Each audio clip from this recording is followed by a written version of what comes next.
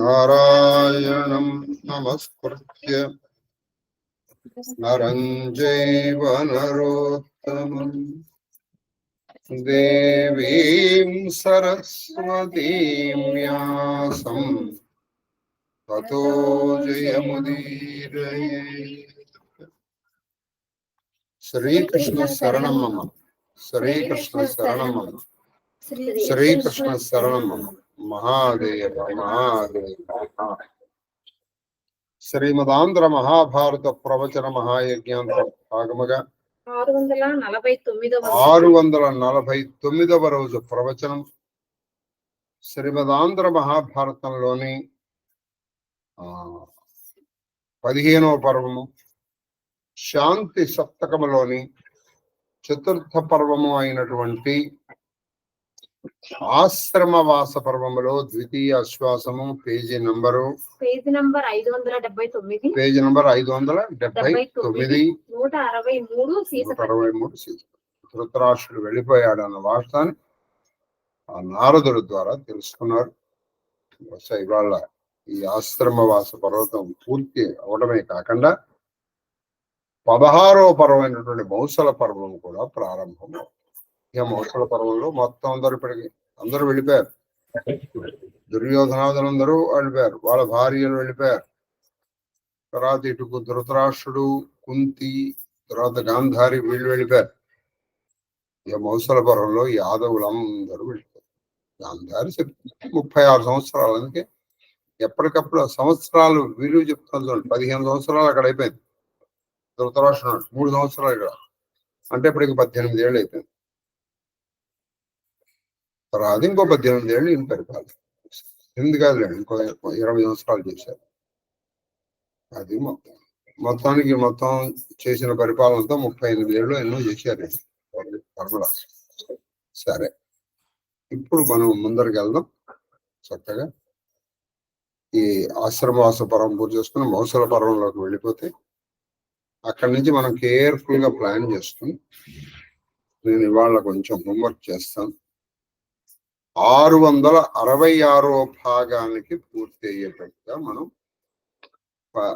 ఇవి పద్యాలు డివైడ్ చేసుకుంటాం. మౌసల పర్వం వాళ్ళు చెప్పి 666.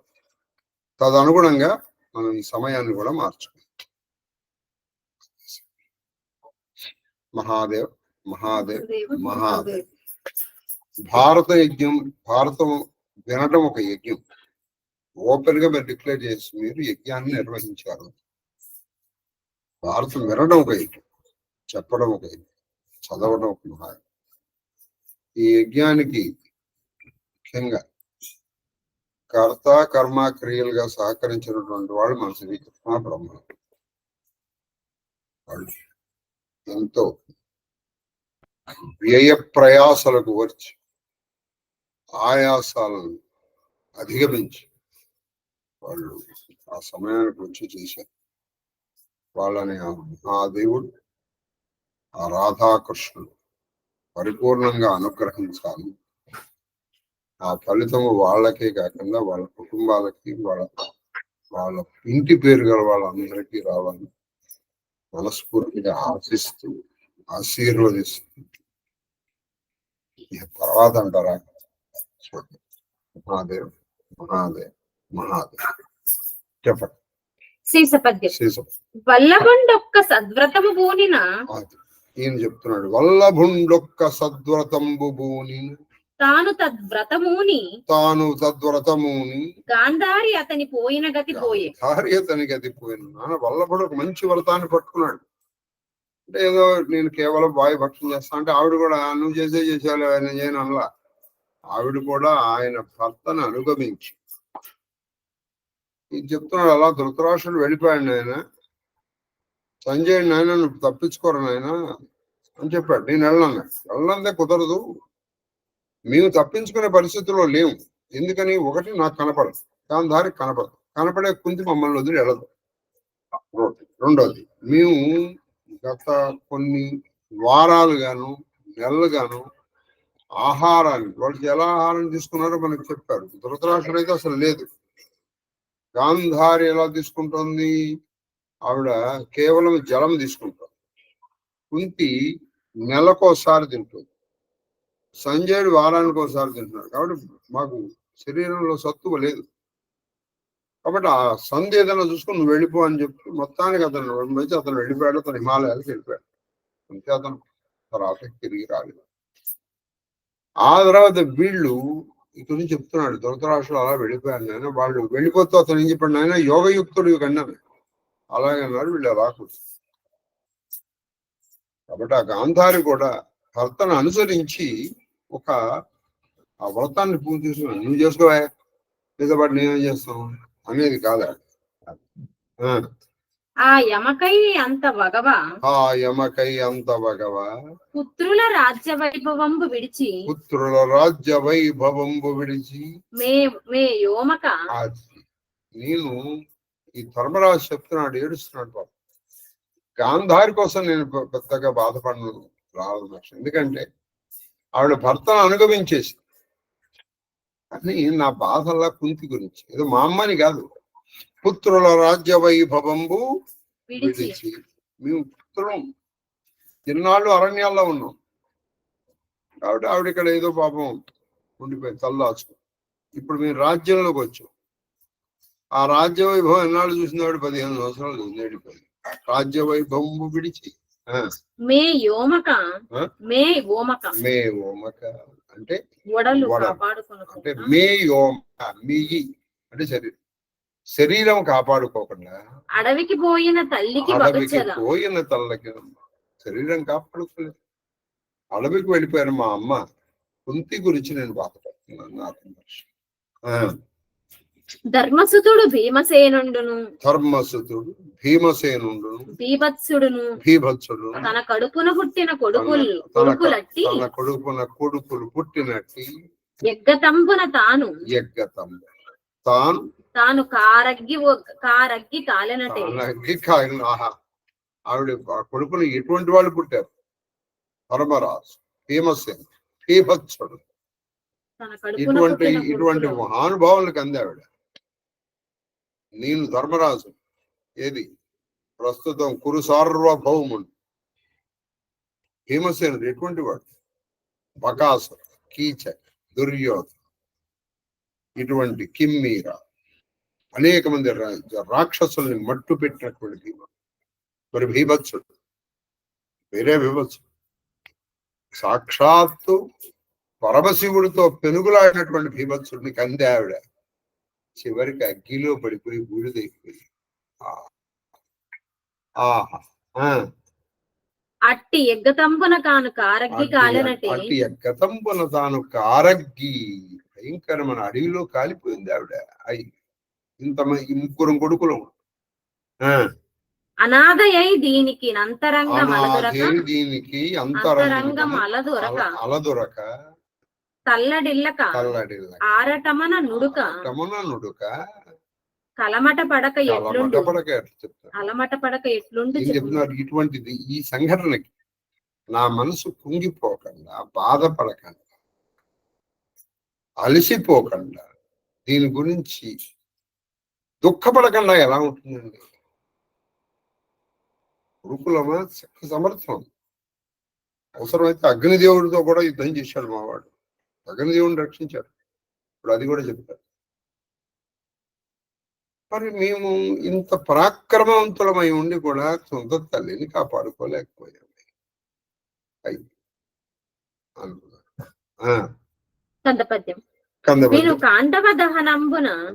విను కాండవ దహనమున తనకు ప్రమోదంబు చక్రతనయుడు సగి అతని తల్లి కాల్పదగునే అనలకుండు కడు కృతజ్ఞుడయ్యమునింద్ర. ఓ నారద మహర్షి, ఈ అగ్నిదేవుణ్ణి ఆయనకి అజీర్తి చేస్తే, ఖాండవ దహనం తగిస్తే గానీ అజీర్తి పోదంటే, అప్పుడు ఈ అగ్నిదేవుడికి సహాయం చేశాడు. ఎవరు? శక్రతనయుడు, ఇంద్రుడి కొడుకు. ఇంద్రుడిని ఎదిరించి, అంటే తన తండ్రిని కూడా ఎదిరించి అగ్నికి సహాయం చేశాడు. అటువంటి అగ్ని ప్రత్యుపకారం ఏం చేశాడు?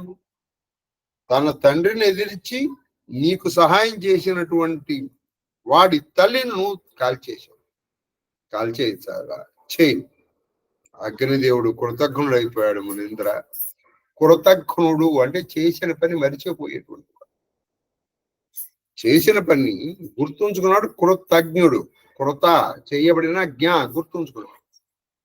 కృతజ్ఞుడు చేసిన పని మర్చిపోయాడు, చేసిన ఉపకారాన్ని మర్చిపోయేటువంటి వాడు కృతజ్ఞుడు.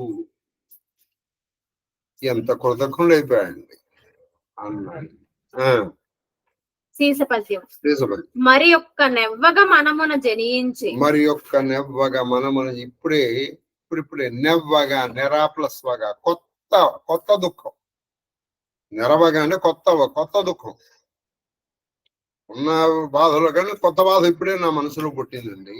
ఏమిటంటే అది ఆంబికేయుడు కారగ్గి నెరసే. ఆంబికేయుడు కారగ్గి నెగసే. అంబికేయుడు అంబికాతనయుడైన ధృతరాష్ట్ర మహారాజు కారగ్గి నెగసే అంటే భయంకరమైనటువంటి అగ్నిలో పడిపోయాడు, చనిపోయాడు. దానికి నెయ్యది ఏను చేయుదు నొక్కు. దానికి ఎయ్యది నేను చేయను. ఇప్పుడు నేనేం చేయాలి దానికోసం? ఇప్పుడు నేనేం చేయాలి? అని అలా పడిపోయాడు కదా, ఇప్పుడు నేనేం చేయాలి అన్నాడు. అనగుడు నారదుండు ఆ నృపాలు తోడ. అనవుండు నారదుండు ఆ నృపాలు తోడ ఆ భరత వృద్ధుడు శాంతి ఎక్కుడై సవిశేషమైన పూజా విధానమున ఉపాసించి తగిన ఇష్టి చేసి అగ్నుల తొలునాడ వీట్టుకొని. అప్పుడు చెప్పాడు ఆయన. ఇప్పుడు నేనేం చేయాలంటే అప్పుడు నారదుడు చెప్తున్నాడు అసలు కదా. ఇప్పుడు మీకు నేను చెప్పాను అసలు కదా ఎందుకు వచ్చిందో చెప్తున్నాడు. ఈయన ఏం చేశాడంటే అగ్నిని బ్రహ్మాండంగా ఉపాసన చేశాడు ధృతరాష్ట్రుడు. మామూలుగా కాదు, బాగా ఉపాసన చేశాడు. బాగా ఉపాసన చేసి అంటే బహుశా ఆయనకి అర్థమైంది ఆ మర్నాడు ఆయన చనిపోతాడు. అందుకని ఈ అగ్నుల్ని ఉద్వాసన చెప్పేశాడు. గచ్చ గచ్చ సురశ్రేష్ఠ. ఆ గర్ద రోజున ఆయన ఉద్వాసన చెప్పేశాడు ఆయన. ఎవరు? ధృతరాష్ట్రుడు చంపేసి ఆయనతో పాటు కొంతమంది యాజ్ఞికులు వచ్చారు, వాళ్ళని పంపించేశాడు. ఆయన మీరు వెళ్ళిపోండి. ఇప్పుడు ఈ కారడవిలో ఈ భయంకరమైన అగ్ని ఎక్కడిది? ఈయన ఉద్వాసన చెప్పేశాడు కదా, చెప్పేసి వాళ్ళు అక్కడ వదిలేసి వెళ్ళిపోయారు. వాడు ఆ పక్కన ఉన్న చెట్టుని కాల్చారు.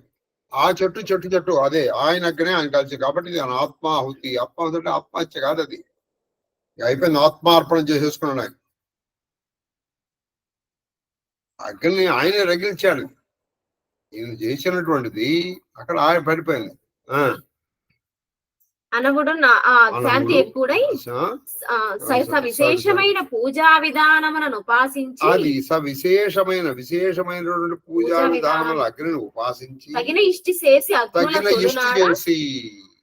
అంటే సరిపోయినటువంటి ఇష్టి చేసి ఆ అగ్నిని తొలునాడ అంటే క్రితం రోజు అంటే ఈయన వీళ్ళు చనిపోవడానికి ఒక రోజు ముందర అగ్నిని ఉద్వాసన చెప్పేశారు. అగ్నిని ఉద్వాసన చెప్పారు. అనియునప్పుడు యాజక జనముల అగ్ని చేయము. ఆయనప్పుడు ఆ యాజక జనముల అగ్ని చేయము అడవిలోన ఉద్వాసించారు. అయ్యా ఇక నుంచి నేను చేయలేనండి అంటే ఆ యాజ్ఞకులు అంటే పురోహితులు వచ్చారు కదా ఈయనతో పాటు, వాళ్ళందరూ ఆ అగ్నిలో వదిలిపెట్టేసి వాళ్ళు వెళ్ళిపోయారు. ఆ అగ్ని భయంకరమైనటువంటి అగ్ని కదా, ఆ అగ్ని భయంకరమైన అగ్నిగా తయారు. అనియు పేర్చి అది ఆ వనం బెల్ల నేర్చననియు అది అను పేర్చి ఆ వనంబులెల్లా ఏర్చి అది నెమ్మదిగా spark neglected burns the house అని. ఏదో అగ్ని ఆ రవ్వ పక్కడికి వచ్చింది, ఆ పక్క నుంచి గొడుకైంది, మొత్తం అది ఆ అడవినంతా తగలబెట్టేసి. తెలుసు ఆయన ధృతరాష్ట్రుడు తెలిసే వెళ్ళిపోయాడు. అందుకే వెళ్ళిపోయేటప్పుడు ధృతరాష్ట్రుడు మహాయోగిలా కనిపిస్తాడు. పుత్ర ప్రేమతో అన్యాయానికి ఒడిగట్టినటువంటి మనవాళ్ళ రాజులా కనపడ్డాడు. ఏడ్చననియు వింటిన ఆత్మాగ్ని కాలే గుర్తుపెట్టుకున్నాను. నేను ఈ మాట కూడా విన్నానయ్యా. ఆయన క్రితం రోజున వాడికి ఉద్వాసన చెప్పినట్టు వాళ్ళు ఆ ఉద్వాసన చేసి పెట్టినటువంటి అగ్ని మొత్తం అడవినంతా దహించినట్టు నేను విన్నాను. కాబట్టి ధర్మరాజా, ఆయన ఇంకో అగ్నిలో కాదు, ఆత్మాగ్ని, ఆత్మాగ్నిలో దహించుకుపోయాడు ఆయన. నువ్వు దానికి బాధపడతాయండి. ఆత్మాగ్ని కాలి అవి ఇప్పుడు వత్స వత్స కొడుక, వాళ్ళతో ఎంతో ప్రేమగా పిలిచాడు ఆయన. నువ్వు దీనికి ఏం కొత్తగా బాధపడాల్సిన అవసరం ఏం లేదు నాయన. పైగా ఆత్మాగ్ని కాలే, ఆత్మాగ్నిలో వెళ్ళిపోయా అని చెప్పాడు. కావున నెవ్వగన్ బొరయగా పని లేదు. అది కావున నెవ్వగా పొరయని పని లేదు. నువ్వు ఏదో బాధతో దిగులు చెందాల్సిన అవసరం లేదు, నువ్వు కురుంగిపోవాల్సిన అవసరం అంతకంటే లేదు. కొంతియున్ బావకు కరము భక్తి పరిచర్య చేసి దేవావళి ప్రస్తుతింప నిరామయ లోకము. ఆయన ఇంకో మాట చెప్తున్నాను, నువ్వు మీ అమ్మ గురించి కూడా బాధపడ. ఎందుకని అక్కకి బావకి అప్పట్లో అక్కని అప్ప అని పిలిచేవాడు. అసలు కరెక్ట్ పదం అప్ప. అప్ప బావకి తగిన పరిచర్య చక్కగా చేసి విసుగు విరామం లేకుండా శ్రద్ధగా భక్తిగా ఆసక్తితో చేసి చివరికి ఆవిడ నిరామయము, ఏ ఆమయము లేనటువంటి, ఆమయం అంటే రోగము రొస్టు లేనటువంటి, అంటే అది ఏమిటి? మోక్షం. అటువంటి లోకానికి ఆవిడ వెళ్ళిపోయింది ఆయన. అక్కడ ఏ ఆమయములు ఉండవు, అంటే ఏ వికారాలు ఉండవు, హాయిగా ఉంటుంది. తర్వాత వారికి నీ ఉదకంబులి వలయు, అది వారికి నీ ఉదకంబులి వలయు ఇష్టమయ్యన్ తెల సంయుతం. అయినా నువ్వు వాళ్ళ ముగ్గురికి తిలలతో సగినటువంటి తిలోదకాలు ఇవ్వాలి. చూడండి, మీకు ఈ విషయంలో కొన్ని విషయాలు చెప్తాను. మనము ఎప్పుడైనా తిథి పెట్టినప్పుడు 3 చేస్తాం: పిండ ప్రదానము, బ్రాహ్మణ భోజన, తర్వాత అగ్నౌకరణ. ఈ 3 కంటే చాలా ముఖ్యమైనది, అసలు చాలా చిన్నది, అందుకని ఎవరు పట్టించుకోడు. అసలు అదే ముఖ్యం. ఏంటంటే తర్పణ. తర్పణ అంటే తిరోధకములు. ఎందుకంటే దుర్భిక్షం దేవలోకేషు అని శాస్త్రం. దేవలోకంలో దుర్భిక్షం ఉంటుంది. వాళ్ళకి నువ్వు నీళ్లు వదిలితే చాలని వాళ్ళు సంతోషిస్తారు. వాళ్ళకి ఆహారం బాగానే దొరుకుతుంది, నీళ్లు దొరకవు. అందుకని తిలలతో కనుక నువ్వు నీళ్లు ఇవ్వాలని, వాళ్ళకి జలములు ఉదకాలు ఇవ్వాలి. ఎలా? తిల సంయుక్తముగా, తిలలతో కలిపి నువ్వు ఇవ్వాలి అని చెప్పారు. తర్వాత యుధిష్ఠిరుడు ధృతరాష్ట్రాదులకు తిలోదకములు ఇవ్వటం అంటే వాళ్ళకి మనకి రుణం తీరిపోదు. అనుజన్ములు అంతఃపుర వనితా జనములను, అనుజనములు అంతఃపుర వనితా జనములను నీవు వసుదేశ్వర వేచని నడపుడు నడపుడు ఉదక విధి నీ నడపుడు ఉదక విధి నీ జనకునకును జననులకును జాహ్నవిలోనన్. చక్కటి వాడి ఆయన, నువ్వు నీ తమ్ముళ్లతో, ఈ అంతఃపుర వనితలతో, వీళ్ళందరినీ చాలా వేగంగా తీసుకుని వెళ్ళిపోయి, ఎక్కడికి? గంగా నది వెళ్ళిపోయి అక్కడ నువ్వు హాయిగా వీళ్ళకి చేసుకో. ఎవరికి? మీ తండ్రి అయినటువంటి ధృతరాష్ట్రుడికి మీ జననులు, అంటే మీ అమ్మలు, గాంధారీదేవి పెద్దమ్మ, అమ్మ కుంతీదేవికి తిలోదకాలు అక్కడ ఇవ్వాలైనా వాళ్ళని బయలుదేరని అన్నాడు. ఆట వెళ్ళదు అనిన లెస్స కాక అని ధర్మసుతుడు ఏకవస్త్ర ధరణ నియతి వరల నెల్ల ఏకవస్త్ర ధరణ నియతి వరల నెల్ల ఎల్లవారు అట్లా ఏగుదేరగా పౌరులు బలసి జనగజని. ఈయన ఏం చేశాడు? వెంటనే మనం ఇట్లాంటివి చేసేటప్పుడు ఏకవస్త్రం మాత్రమే కట్టుకోవాలి, 2 వస్త్రాలు కట్టుకోకూడదు. ఇది ముఖ్యంగా శార్థములు పెట్టేవాడు, ఆ వంట చేసేవాళ్ళు కూడా ఏకవస్త్రముతోనే చెయ్యాలి. ఏకవస్త్రము అంటే మన మామూలుగా 2 వస్త్రాలు, శుభాలకి 2 వస్త్రాలు పెట్టాలి. అశుభాలకి పెట్టేటప్పుడు ఏకవస్త్రమే పెట్టవలెను, 2 వస్త్రాలు పెట్టకూడదు. ఏకవస్త్రం పెట్టాలి. కట్టుకోవడం కూడా ఏకవస్త్రమే కట్టుకోవాలి. అప్పుడు ఉత్తరాయం వేసుకోకూడదు. సాధ్యమైనంత వరకు వంట కూడా ఒకే వస్త్రాన్ని కట్టేసుకుని చక్కగా మొత్తం ఒళ్ళంతా కవర్ చేసుకుని ఆ నియమితంలో పెట్టుకుని ఈయనందరూ పౌరులందరూ రాస్తుండగా వీళ్ళు జాహ్నవికి వెళ్ళారు. ఇది పదం. సరే, ఇప్పుడు ఉన్న మన దేశకాల పరిస్థితులను బట్టి అవకాశాన్ని బట్టి మనం చెయ్యాలి. ఉన్నది నేను చెప్పాను. ఇప్పుడు దేశకాల పరిస్థితుల్లో అది అవకాశం లేకపోవచ్చు. ఇంట్లో ఇప్పుడు మీరు కేవలం ఇంట్లో ఉన్నారు కూడా ఎవరు లేరు, వంట ఎవరు రాకపోవడం ఆ పనులు చేసుకోవచ్చు, తప్పేం లేదు. ఎవరు ఉండరు కదా ఇంట్లో, పనులు చేసుకో. ఈ పై వస్త్రం తర్వాత వచనం ఇట్లు చని గంగా స్నానం ఆచరించి మహీపతి మొదలగు నరహజనంబులు ధృతరాష్ట్రునకు గాంధారికి కుంతికి విలోక ప్రదానములు నిర్వర్తించి నివృత్తులై అశుచిత్వం అపనయించుటకు అంటే అశుచిత్వం పోగొట్టుకోవాలి. అంటే వాళ్ళ ముగ్గురికి విలోదకాలు ఇచ్చారు. అప్పుడు వాళ్ళు స్నానం చేసేటప్పటికి వాళ్ళలో అశుచి పోయింది. పుర బహిరంగణమున పటకుటీర ప్రకరంబుల వాళ్ళు ఏం చేశారు? అశుచిత్వం పోయే వరకు 10 రోజులు ఉంటుంది కదండి. ఆ 10 రోజుల వరకు వాళ్ళు లోపలికి వెళ్ళ ఆ పుర బహిరమున పటకుటీరము అంటే గుడారాల్లో ఉండిపోయారు. ఉండిపోయి అశుచి అయిపోయిన తర్వాత వీళ్ళు నెమ్మదిగా అప్పుడు పురప్రవేశం చేశారు. తర్వాత అంబికేయాదుల అస్థి పుంజముల గంగాద్వార సలిల సంగమ విశిష్ట సంస్కారమున కూర్పజాలడు సంశుద్ధ జనముల రావించి ఏం చేశాడు? అంబికేయుడు గాంధారి వెళ్ళ అస్థికలన్నీ ఏం తీసుకున్నారంటే గంగా ద్వారం దగ్గరికి తీసుకుని వెళ్ళి అక్కడ విశిష్ట సంస్కారం అంటే అస్థికా నిమజ్జనం చేశాడు గంగలో. ఎందుకంటే మనం విన్నాం గంగలో ఎన్నాళ్ళు ఉంటాయో ఎముకలు అన్ని వేల సంవత్సరాలు వీడు అక్కడ హాయిగా స్వర్గ సుఖాలు అనుభవిస్తూ ఉంటారు. అక్కడ విశిష్ట జనముల మంచి యాజ్ఞికుల్ని పిలిపించి వాటికి సంస్కారం చేయించి ఈ అస్థికలన్నీ అక్కడ వేసేశారు. బహుమాన పండితుల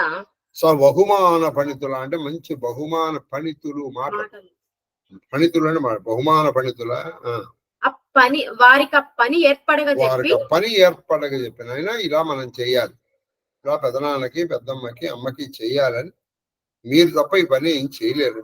ఇప్పుడు మనం ఎదుటి వాళ్ళ దగ్గర నుంచి పని తీసుకునే పద్ధతి ఉంటుంది. తిట్టి చెప్పామనుకో వాడు చేసేవాడు కూడా చేయడు. కాబట్టి బహుమాన పండితుల్లో వాళ్ళకి చెప్పి కౌరవ జన విపుడు ధర్మరాజు ఎలా నిమజ్జనం చేయించాలి అనే విషయం చెప్పాడు. వాళ్ళు అలాగే చేశారు. శ్రాద్ధార్హ దినం ఎప్పుడైతే శ్రాద్ధం పెట్టాలో అంటే 12వ రోజున వృద్ధానుమతి అతండ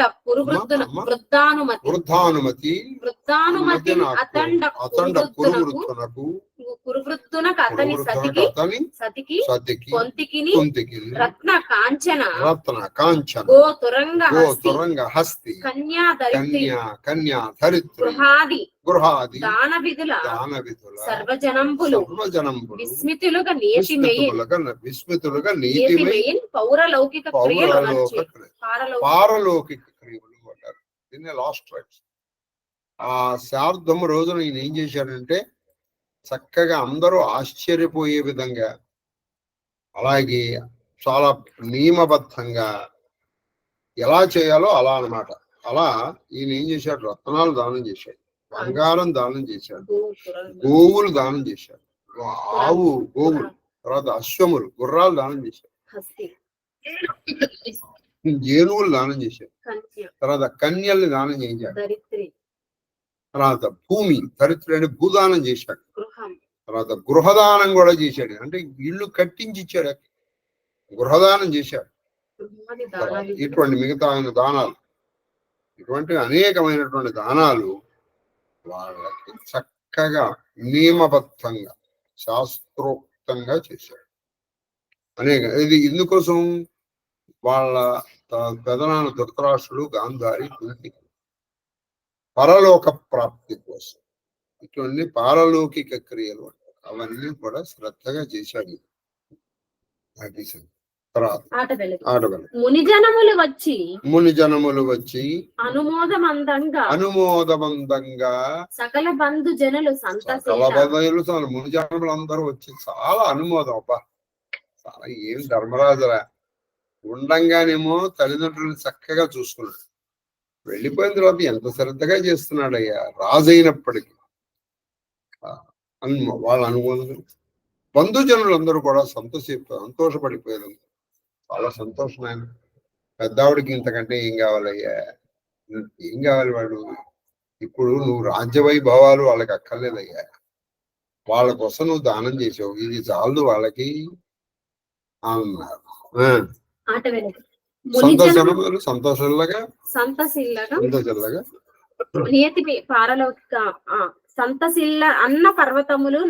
అన్న పర్వతములు ఆద్య నదులు ఆయన ఏం చేశాడు, పితృమేధము అంటారు. అంటే ఈ పాలలోకి పితృమేధం ఎలా చేశాడంటే ఏక అన్న రాసులు పర్వతాలు వండించేశాడు.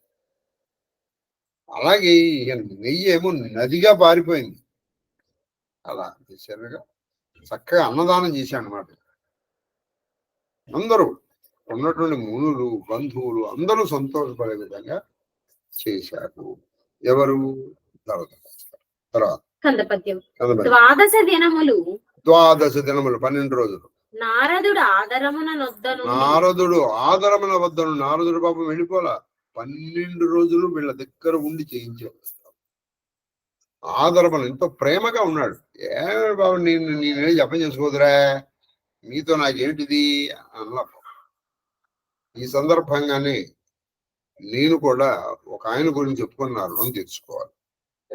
1989 డిసెంబర్ 28న మా అమ్మ వెళ్ళిపోతే కరెక్ట్ గా అదే సంవత్సరం మా బాబాయ్ రాళ్ళపల్లి నారాయణరావు గారు రిటైర్ అయ్యారు. అయితే వచ్చాడు. మొత్తము 12 రోజులు అయ్యే వరకు మాతోనే, మా నలుగురు అన్నదమ్ములతోనే ఉన్నాడు. మాతో పాటు వచ్చేవాడు, మాతో పాటు అన్ని కార్యక్రమాల్లో పాల్గొనేవాడు, మళ్ళీ మాతో. అలాగే మా నాన్నగారు 2002 నవంబర్ 9 వెళ్ళిపోయినప్పటి నుంచి కూడా ఆయన ఉండి ఒకటే అనేవాడు, నేను లేకపోయినా మీరు చేసుకుంటారు కానీ నేను ఉండాలి. ఆయన అలా ఉన్నాడు. అదే ఆదర్శంగా, ఆయన ఆదర్శంగా పెట్టుకుని మా అన్నయ్యలు ఇద్దరు వెళ్ళిపోయినప్పుడు నేను అలా పిల్లలతోనే ఉన్నానని నేను అనుకుంటున్నాను. కాబట్టి పెద్దవాళ్ళు ఉండాలి. వాళ్ళు ఏదో ఆ సమయానికి వచ్చేసి వెళ్ళిపోవడం కాదు, ఆ 10 రోజులు అక్కడే ఉండాలి. ఇల్లు ఇరుకవుతుంది, ఇల్లు ఇరుకవుతుంది ఒక 10 రోజులు. అప్పుడు కూడా మనకు అన్ని ఫెసిలిటీస్ కావాలంటే ఎలా వస్తాయండి? ఇరుకైనా అక్కడే ఉండాలి. అది వాళ్ళకు ధైర్యం. చూడండి, నారదుడు త్రిలోక సంచారి అయినప్పటికీ వాళ్ళ దగ్గర ఉన్నాడు. చూడండి, 12 రోజులు ఉన్నాడు. ఇటువంటి విన్న తర్వాత మనం ఏం చేయాలంటే మనం చేయగలిగింది ఏంటి అన్ని నేర్చుకోవాలి. తప్పితే మన పర్సనల్ ఫీలింగ్స్ మధ్యలోకి తీసుకురాకూడదు. అది సంగతి. ద్వాదశ దినములు నారదుడు ఆదరమున నుండి దగ్గరుండి అంతయు గని అంతా చూసి సమ్మోదంబు తోడన ఆశీర్వాదం పాండవులలో ప్రవరుడు ముఖ్యుడైనటువంటి ధర్మరాజు చాలా సంతోషంతో ఆయన ఆశీర్వదించాడు. ఆయన చాలా చక్కగా చేసావు నాయన. పితృప్రసాద సిద్ధిరస్తు, మాతృప్రసాద సిద్ధిరస్తు. మీ నాన్నగారికి కానీ, మీ అమ్మగారికి కానీ, మీ అమ్మలిద్దరికి కానీ పునరావృత్తి రహిత శాశ్వత పరబ్రహ్మలోక ప్రాప్తి. ఈ క్రియ విన్నటువంటి మీ తల్లిదండ్రులకి, మీ ఇంట్లో ఇక పూర్వం చనువు సాధించిన వాళ్ళకు కూడా శాశ్వత పరబ్రహ్మలో ఒక ప్రాప్తి. వచనం వచనం ఆ మునీంద్రుని తక్కువ కలుగు తపస్వి సత్తముల సమర్చితులను గావించి అంటే ఈ మునీంద్రుడు నారదుని తప్ప మిగతా అక్కడికి వచ్చినటువంటి తపస్సులు వాళ్ళందరినీ సమర్చితులను గావించి చక్కగా అర్చించాడు ధర్మరాజు. యుధిష్ఠిరుని ఆమంత్రణం చేసిన సంయమివరులు అందరూ సంయమివరులు నిజ నివాసంబులు వాళ్ళు చక్కగా అర్చించారు. వాళ్ళకి ఇవ్వాల్సినటువంటి దక్షిణలు, వస్త్రాలు, ఇంకా ఏవైనా ఉంటే ఇచ్చేసి వాళ్ళని ఆమంత్రితులు, అయ్యా నమస్కారం, సెలవు. అప్పుడు వాళ్ళు కూడా ఈయన్ని ఆశీర్వదించి వాళ్ళ స్థానాలకు వెళ్ళిపోయారు. ఆ నృపకుంజరుండు బంధుమిత్ర సహితుండై కుంజరపురము ప్రవేశించి అప్పుడు 12 రోజులు అయిపోయింది, ఈయనకి అశుచిపోయింది. అప్పుడు బంధువులు మిత్రులు తోడు రాగా ఈయన కుంజరపురము అంటే హస్తిపురము. హస్తి అంటే ఏనుగు నగరం. మీరు మొత్తం భారతంలో హస్తిపురానికి ఎన్ని పేర్లు చెప్పారో మీరు చూసుకోవచ్చు. కరీనగరం అంటారు, హస్తిపురం అంటారు, కుంజరపురం అంటారు. అలా ఆ కుంజరపురాన్ని ప్రవేశించారు. ఈయన మళ్ళీ తిరిగి వచ్చాడు. ఈ తెరంగున అంబికేయునకు భారత రణంబు పెదప దానాది పుణ్య క్రియాకలాప కరణంబుల పురంబునన్ 15 తపోనియమంబున వనంబున మూడునుంగా 18 సంవత్సరంబులు చనియన్. అంటే భారత రణము తర్వాత ఒక 15 సంవత్సరాలు ఈయన హస్తిపురంలో ఉన్నాడు. అప్పుడు కూడా ఈయన ఏం చేశాడో తెలుసా? చెప్పాడు అక్కడ. ఏమేం చేశారు? దానం. ఏమేమి చదువు? అంబికేయునకు భారతరణంబు పెదప దానాది పుణ్య క్రియాకలాప అంటే పుణ్యక్రియలు చేశాడు ఈయన చాలా. ఏమేం చేశాడు? దానములు చేసుకున్నాడు, ఇంకా పుణ్యకర్మలు చేసుకున్నాడు. అంటే ఏదో వ్రతాలు, నోములు చేసుకున్నాడు, జపాలు చేసుకున్నాడు, తర్వాత దానాలు చేసుకున్నాడు. 15 సంవత్సరాలు. మిగతా 3 సంవత్సరాలు తపస్సుతో జరిపాడు. ఇలా 18 సంవత్సరాలు. ఈ 18కి భారతానికి ఏదో తెలియని లింక్ ఉందండి. ఆ తర్వాత కూడా ఉన్నది ఇన్నాళ్ళు 18 ఏళ్లే. చూడండి, 18 + 18 36. తర్వాత 18 ఏళ్ళకి ఆయన వెళ్ళిపోయాడు. ఎవరు? కృష్ణుడు. ఇక అదే మనం ప్రవేశిస్తున్నాం వాళ్ళే. విచిత్రం అంటే క్రోధినామ సంవత్సరంలోనే కృష్ణ నిర్యాణము బహుశా చైత్రమాసంలోనే అయిపోతుంది. చైత్రమాసం ఉందండి వాళ్ళ 649. అంటే ఇంకా మనకి ఎన్ని ఉన్నాయంటే కరెక్ట్గా 16 ఇంకా 17. రేపు నుంచి నేను డివైడ్ చేస్తాను. చేసి ఎన్ని రోజులు చెప్తే కరెక్ట్గా అయిపోతుందో చూసుకుని అన్ని చెప్తాను. లేకపోతే ఒక రోజు ఎక్కువ, ఒక రోజు తక్కువ అలా కాకుండా చెప్పండి. ఈ విదంబునన్ వైచిత్ర వీర్యుని సంసేవన సమస్త ప్రకారంబుల సంఘటించి కృతార్థతానందంబునంది ధర్మనందనుండు జనంబులు అభినందించు చందంబున సామ్రాజ్యంబు పాలించనని ఇట్లు ధృతరాష్ట్రుని ఆశ్రమవాసంబు విషయంపైన వర్తనంబు వైశంపాయనుడు చెప్పిన జనమేజయుడు మహాత్మా ఇట్లు కృతకృత్యతను పొందిన పాండవాగ్రజుడు భూభారంబు నిర్వహించుచుండ పదంపడి పుట్టిన విశేషంబులు అయిపోయింది ఆశ్వాసం. ఇలా నాయన 18 సంవత్సరాలు చెప్పాను. ఆ ధృతరాష్ట్రుడి గురించి చెప్పి ఆ తర్వాత వెళ్ళిపోయారు నాయన అలా అని చెప్పాడు. అప్పుడు జనమేజయుడు అడిగాడు, ఏమండి ధృతరాష్ట్రుడికి చక్కగా చేయవలసిన పనులన్నీ చేసి కృతకృత్యుడైన ధర్మరాజు ఆ తర్వాత పాలించిన దాంట్లో విశేషాలు చెప్పండి. ఇప్పుడు మనకి ఎప్పుడు కూడా విశేషాలు కావాలి. ఆయన ధర్మపాలన చేస్తూ ఉండేవాడు, ఆయన అన్నం పెట్టించేవాడు, ఆయన రోజు పొద్దున్నే ఇప్పుడు అదే భజనలు వస్తారా?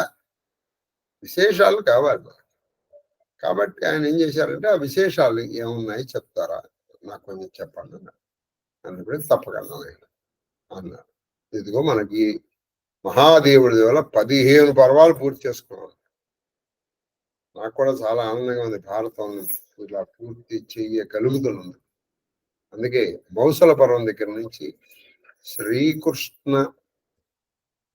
శ్రీకృష్ణుడి యొక్క ప్రార్థనా శ్లోకాన్ని భాగవతంలో చెప్పుకున్నాం మనం మౌసల పర్వం వరకు. ఆ తర్వాత మళ్ళీ మనం నారాయణ నమస్కరించాలి మనకి ఎలాగో ఉంది. దాంతో పాటుగా ఇది కూడా చెప్పుకున్నాం రేపటి నుంచి, ఇవాళ నుంచి, మౌసల పర్వ ప్రారంభం నుంచి. చెప్పండి. ఆశ్వాసం శార్దూల పద్యం. కారుణ్యాత్మక దృక్ప్రచార అంటే కారుణ్యం అనేటువంటి దృక్కులు, చూపుల్ని ప్రసారం చేసేటువంటి.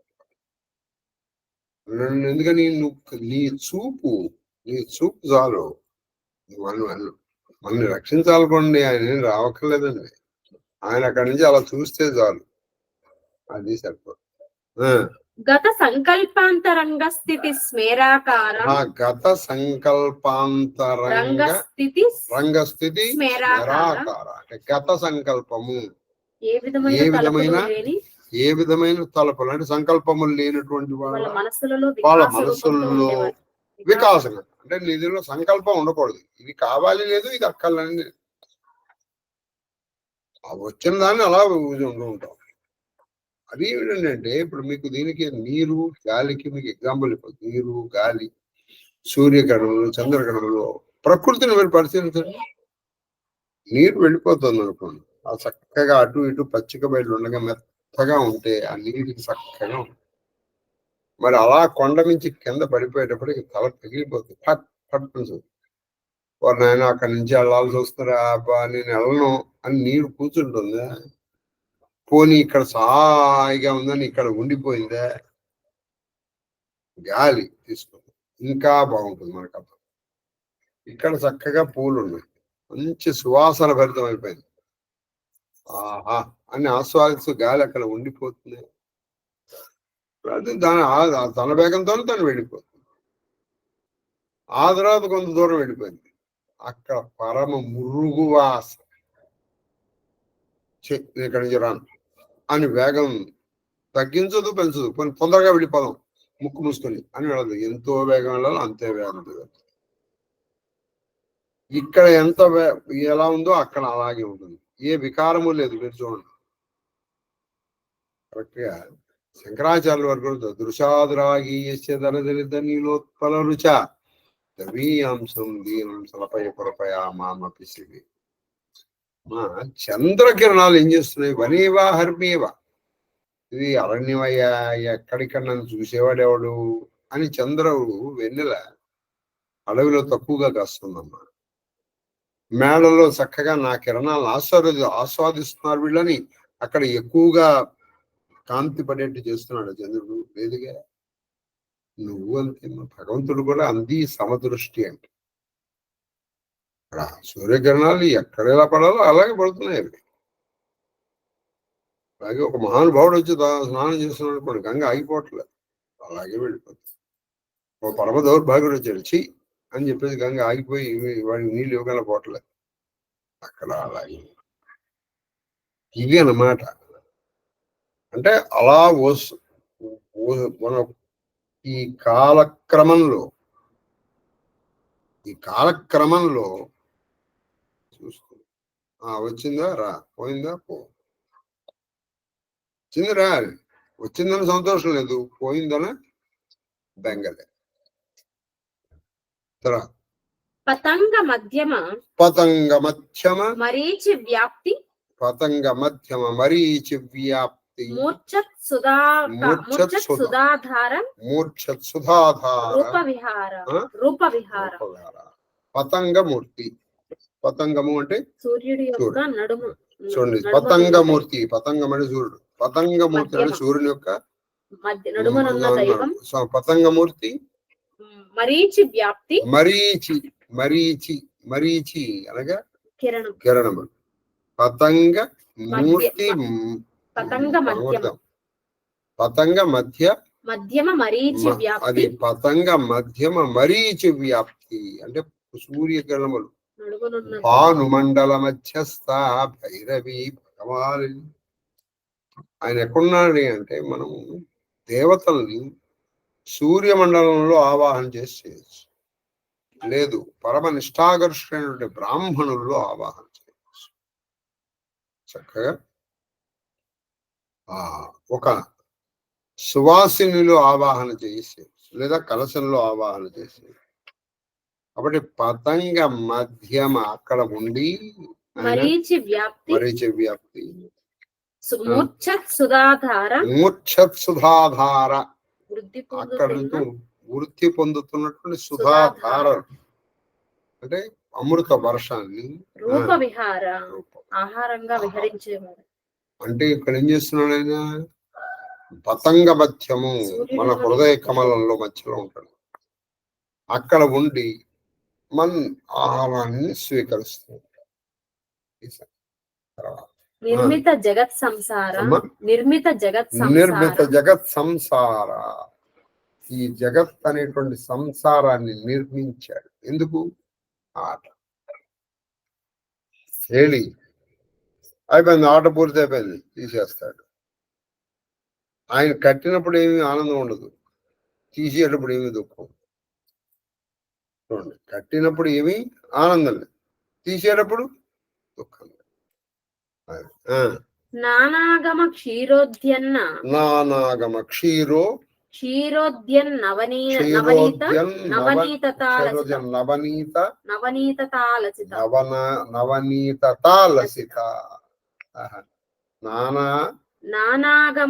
నానాగమ అంటే అనేకమైనటువంటి ఆగమలు, వేదములు, అనేటువంటి క్షీరములు అంటే పాలు, దాని నుంచి ఆ ఆగమం నుంచి ఉద్యత్ పైకి లేచిన నవనీత అంటే దానిలోంచి వచ్చిన నవనీత అంటే వెన్న యొక్క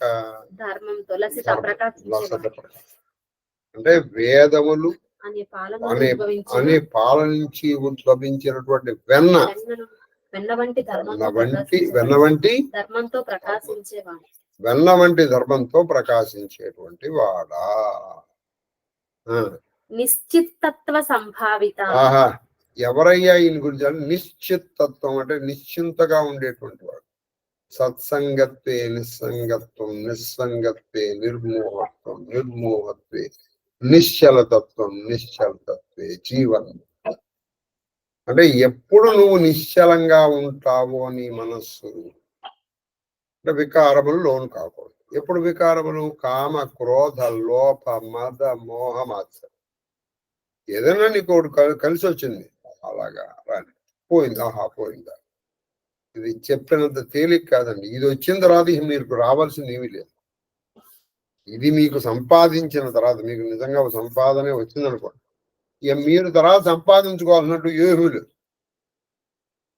ఎందుకని? దాన్ని ఇంగ్లీష్లో చెప్పాలంటే we just accept the things, అంటే let the things take their own sweet shape అన్నమాట.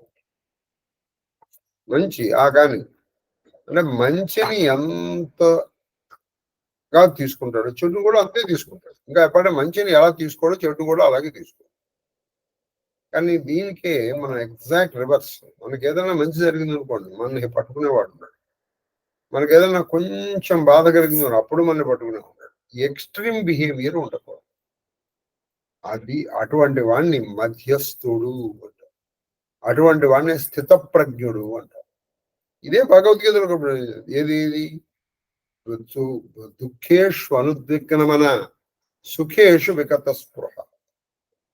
సుఖం వచ్చేటప్పటికి నీకు స్పృహ తప్పిపోతుంది, అంటే అప్పుడు నీ పట్టుకోలేకపోతుంది. దుఃఖం వచ్చేటప్పటికి వాడు అప్పుడు కూడా పట్టుకో. అదేదో ప్రపంచంలో వాళ్ళు విచిత్రంగా ఎడుస్తారు. ఏమిటోనండి ఈ మధ్య నా ఒక్కడికే వస్తుంది కష్టం అంటే అందరికి రావాలి. ఇది నీకు వచ్చినందుకు గడుస్తున్నావా, ఇంకోటికి రానందుకు గడుస్తున్నావా?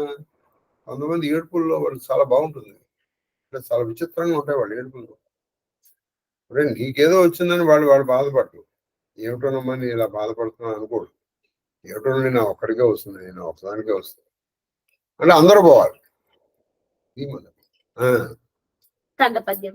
నిర్మల సంవిత్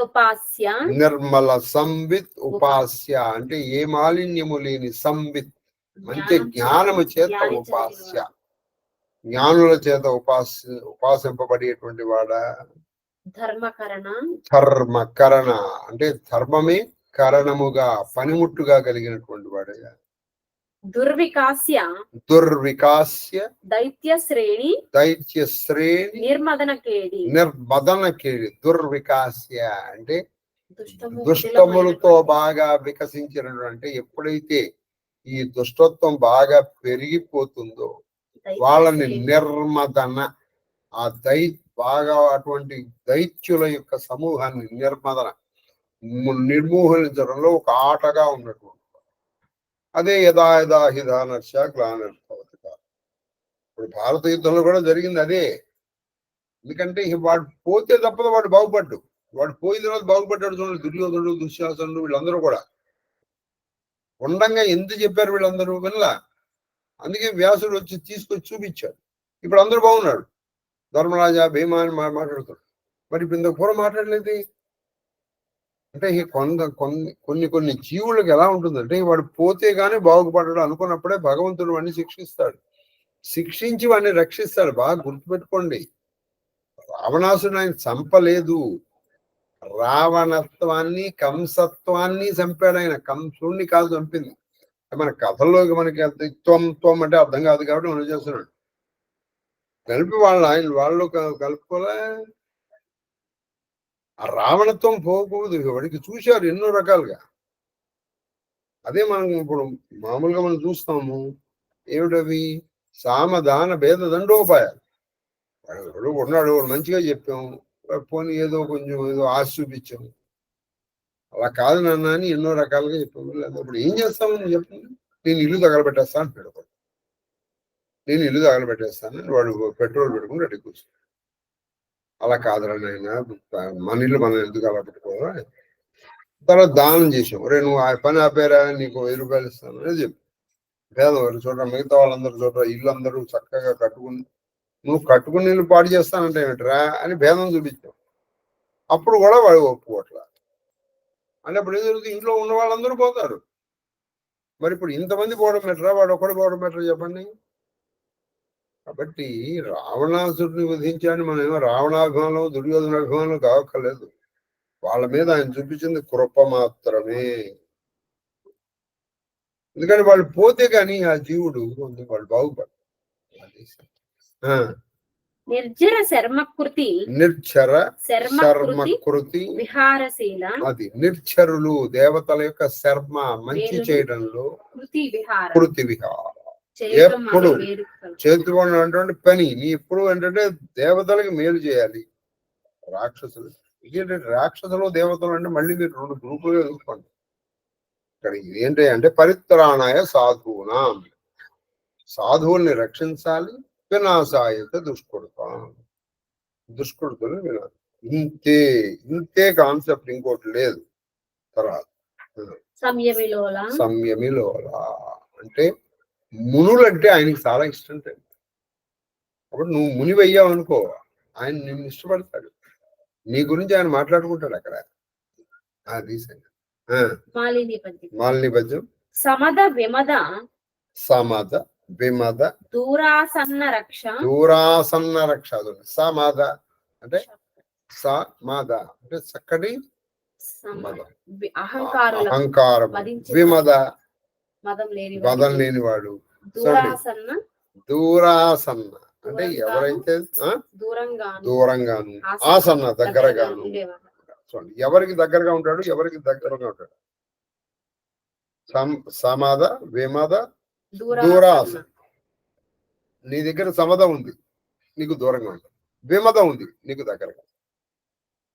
అహంకారం ఏమి ఇది ఎక్కడ కూడా సమద విమద దూరాసన్న అంటే మదం ఉంది నీకు, అహంకారం. నేను చేశాను, ఇది నేను ఆయన నీకు దూరంగా ఉంటాడు. నువ్వు ఎన్నెన్నో చేయి, నువ్వు పూజలు చేయి, జపాలు చేయి, వ్రతాలు చేయి, తీర్థయాత్రలు చేయి, ఇంకోటి చేయి, ఏదన్నా చేయి.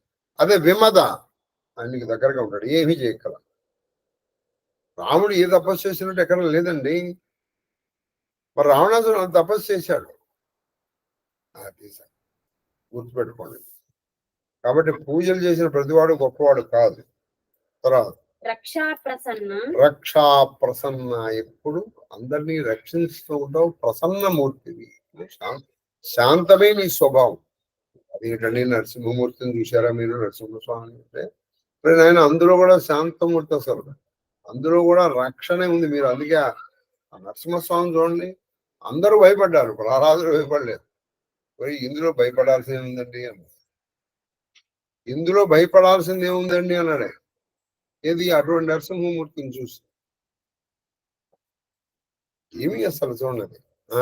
తర్వాత శమ శుభమయమూర్తి, శమ శుభయము.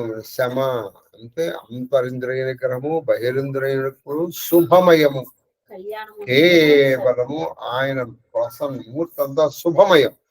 శుభమయం అంటే స్వరూపం అంతా అంటే ఆయన రూపం మంగళం, ఆయన మాటలు మంగళం, ఆయన పనులు మంగళం, ఆయన కథలు మంగళం. మంగళము అంటే శుభము, శుభమయమే, శుభం తప్ప ఇంకోటి లేదు. స్పార దుర్లక్ష సార, స్పార దుర్లక్ష సార అంటే నిన్ను ఎవరైతే దుర్లక్ష అంటే దుర్నిరీక్షణ చూడటానికి కూడా మహా తేజస్ సంపద. దమ విభవ దమ విభవ సముద్యద్దామ దమము, మళ్ళీ నిగ్రహం. ఆ దమము యొక్క వైభవం దగ్గరే సముద్యధామ అని ఆలయం. ఆయన ఎక్కడ ఉంటాడు అంటే నిగ్రహం ఉన్నటు వాళ్ళ దగ్గరే ఉంటాడు, లేని వాళ్ళ దగ్గర ఉంటాడు. నిస్సీమ భూమ, నిస్సీమ భూమ, ఆయన ఎటువంటి వాడు అంటే నిస్సీమ, హద్దు లేనటువంటి సమృద్ధి కలిగిన వాడు. నిస్సీమ మహిమ అంటాం, అంటే ఆవిడ మహిమలకి ఎల్లలు లేవు, హద్దులు లేవు. తర్వాత సమహృదయ లసత్ సంసర్గ, సంహృదయ లసత్ సంసర్గ. సమహృదయము అంటే సర్వమునందు ఒకే మనసు ఉంది. అంటే వీళ్ళంటే ఇష్టం, వీళ్ళంటే ఇష్టం లేకపోవడం, వీడు మనవాడు, వీడు పరవాడు, ఇటువంటివి లేవినట్టు సంసర్గ. అటువంటి సానంద వర్గ, ఆనందము వర్గము. ఇప్పుడు చూడండి, ధర్మార్థ కామోక్షం త్రివర్గము, ఆఖరిది మోక్ష ఆనందం. అదే నీ అసలు స్వరూపం. గద్యం. ఇది శ్రీమద్ ఉభయ కవిమిత్ర పుత్ర ఉదారాజన విరాజికి తిక్కన సోమయాజి ప్రణీతం పైన శ్రీ మహాభారతం బంధు ఆశ్రమవాస పరమమున సర్వంబు ద్వితీయాశ్రమ సమాప్తం. మీకు ఇక పూర్వం భాగవతం చెప్పడం జరిగింది, అది కూడా శ్రీమదాంధ్ర మహాభాగవతం. ఇప్పుడు కూడా శ్రీమద్ ఆంధ్ర మహాభారతమే చెప్పబడుతూ ఉన్నది. ఎందుకు తీసుకున్నాం అంటే వ్యాస భారతం తీసుకోవచ్చు. మీరు ఒక విషయం చూసి గుండెలు బాదుకుంటూ ఏడవాలి. అసలు యాక్చువల్ మనందరం ఏమీ పట్టనట్టున్నాం. మనం సరే, అక్కడ ఉన్నది స్టేట్ పేరే ఆంధ్రప్రదేశ్, ఇది తెలంగాణ. తెలంగాణ అంటే ఏమిటి? తెలుగు మాట్లాడే ప్రదేశం అని. ఆంధ్రము అంటే అది సంస్కృత పదం. ఆంధ్రం అన్న తెలుగు అన్న ఒకటే. ఈ దేశంలో మీకు తెలుసా, ఇంటర్మీడియట్ లో తెలుగుని బ్యాన్ లేదు. మీరు ఏ కాలేజీ కన్నా అడగండి, ఈ దేశంలో, ఇది తెలంగాణలో లేదా ఆంధ్రప్రదేశ్ లో ఇంపార్టెంట్ అంటే చాలా నోటెడ్ కాలేజెస్ లో ఫ్రెంచ్ చెప్తున్నారు. మన దేశాన్ని ఇప్పటికీ ఒక 100 సంవత్సరాల క్రితం వదిలిపెట్టి వెళ్ళిపోయినటువంటి ఫ్రెంచ్ వాడి భాష మనం చెప్పచ్చు, తప్పులేదు. ఉర్దూ చెప్పచ్చు, సెకండ్ లాంగ్వేజ్. ఇక మూడోది సంస్కృతం చెప్పచ్చు. తెలుగు చాలా కాలేజీలు ఏడవలసినటువంటి ఏమిటంటే మార్కులు. మీకు ఎలాగో తెలుసు ఒక విషయం, ఇంగ్లీషు సెకండ్ లాంగ్వేజ్ లో వచ్చిన మార్కుల్ని ఆప్షనల్స్ లో కౌంట్ చేయడు. మీకు తక్కువే వచ్చాయి అనుకుందాం, దానివల్ల ఏమన్నా నష్టం ఉందా? ఏం నష్టం ఉందో నాకైతే కనిపించదు. ఊరికే చెప్పుకోవడానికి. అవును, నువ్వు తెలుగు పేపర్ని కూడా అలా సెట్ చేయవయ్యా మార్కులు వచ్చేటట్టుగా. మళ్ళీ తెలుగు అకాడమీలు, తెలుగు దినాలు, తెలుగు దినం పెట్టలేదు, వారోత్సవాలు. పద్యం నేర్చుకున్నది ఎంతమందికి నేర్పుతారు? మీరు నేర్చుకోండి. నెలకు ఒక్క పద్యమైనా నేర్చుకుంటే గాని, నన్ను అడిగితే ఈ దేశం అనగా తెలుగు రాష్ట్రాల్లో ఉండే అర్హత మీకు లేదని నేను. మిగతా ఎవ్వరికి అసలు వాళ్ళకున్నంత భాషాభిమానం. నువ్వు అభిమానం వద్దురా, కనీసం జాలి, భాష పైన జాలి. నాకు తెలిసి ఈ తెలుగు భాష కోసం కృషి చేస్తున్నటువంటి ఒక ఆయన గరికపాటి నరసింహారావు గారు. ఆయన ఎప్పుడు చెప్తారు, మీరు తెలుగులో మాట్లాడు. సంస్కృతంలోనే మీరు చదవాల్సిన అవసరం లేదు. అందుకే ఈ రోజుల్లో సంస్కృతానికి కూడా అన్ని రకాల టీకా తాత్పర్యాలు ఉన్నాయి. నేను చెప్పదలుచు తెలుగులో ఉన్నవే చెప్పాలి. కనీసం మీరన్న స్వచ్ఛమైన తెలుగును మాట్లాడడానికి ప్రయత్నం చేయండి. ఇళ్లలో చల్లకి తెలుగు ఇప్పించాలి. తెలుగు ఈ కొన్నాళ్ళకి ఇప్పటికే మీరు ఉస్మానియా యూనివర్సిటీలో ఈ ఆర్ట్స్ డిపార్ట్మెంట్ ఒక్కొక్కటి మూసేసుకుంటున్నారు. చూశారు మీరు? పొలిటికల్ సైన్స్ కానీ, పబ్లిక్ అడ్మినిస్ట్రేషన్, హిస్టరీ ఎప్పుడో మూసారు. హిస్టరీ ఒకప్పుడు ఎంఏ హిస్టరీ ఉండేది. ఇప్పుడు ప్రతివాడు, ఒకప్పుడు ఈ చదువుల్లో రకాలు ఉండేవి, ఇప్పుడు ప్రతివాడు 2 గ్రూపులు, అయితే ఎంపీసీ లేదా బైపీసీ, ఈ మధ్య ఒకటి కొత్తగా వచ్చి ఎంఈసీ, అయితే ఇంజనీర్లు లేదా డాక్టర్లు లేదా చేయాలి. చదివించడానికి ప్రోత్సాహం చేయండి, తప్పు కాదు. అది అందుకే మనకి చరిత్ర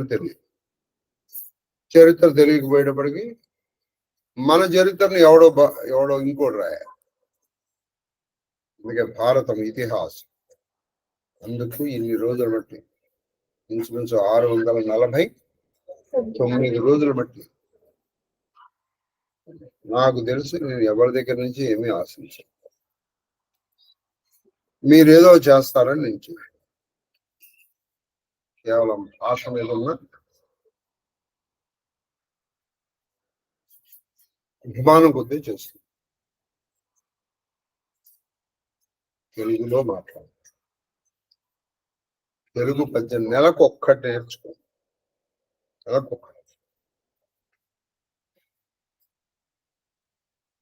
ఫస్ట్ తారీఖు నుంచి 30వ తారీఖు నేర్చుకుంటే 1వ తారీఖు భోజనం మానే. ఎప్పటి వరకు మీరు మళ్ళీ నేర్చుకున్నారు? 1వ తారీఖు మానేమనగా 1వ తారీఖు మళ్ళీ 2వ తారీఖు నుంచి ఎంత కాదు. తర్వాత ఇప్పుడు ఇక మనం కొత్త పరం శ్రీమదాంధ్ర మహాభారత ప్రవచన మహాయజ్ఞాంతర భాగముగా 649వ రోజు ప్రవచనం. శ్రీమదాంధ్ర మహాభారతంలోని 16వ పర్వము, శాంతి సప్తకములోని 5వ పర్వము అయినటువంటి మౌసల పర్వము మనం ప్రవేశిస్తాం. ముసలము అంటే రోకలి. ఇది మొత్తం అంతా రోకలితో నిండుతుంది, రోకలితో తిరుగుతుంది కాబట్టి మౌసలం. దీన్ని భావాత్మతర్థితములు అంటారు తెలుగు గ్రామర్లో.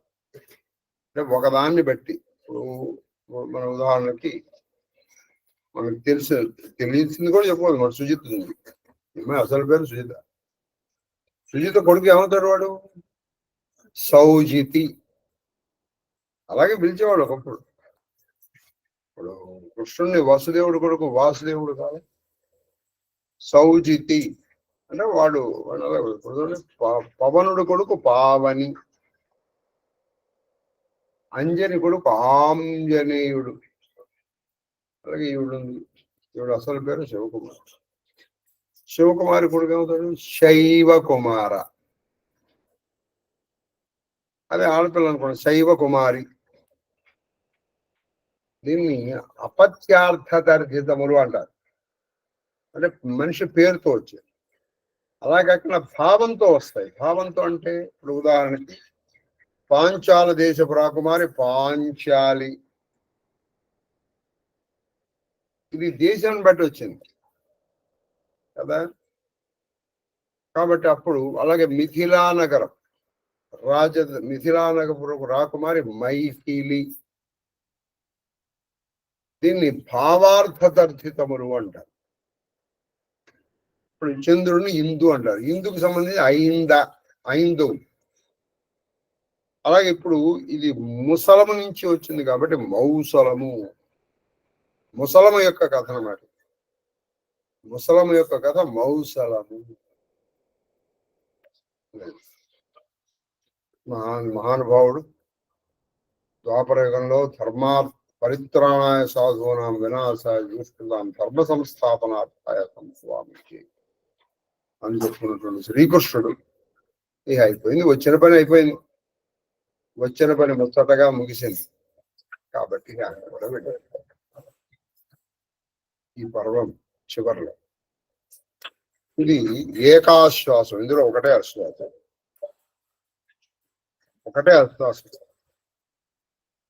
దీని తర్వాత 2 చిన్న పర్వాలు. పేరుకు 2 అశ్వాసాలు కానీ అందులో ఒకదాని. ఇవాళ ఇది ఏకాశ్వాసము, ఇంకో దానిలో 2, ఇంకొక దాంట్లో 1. ఇలా మొత్తం మనకి 4 పర్వాలు. ఇంకా 4 అశ్వాసాలు.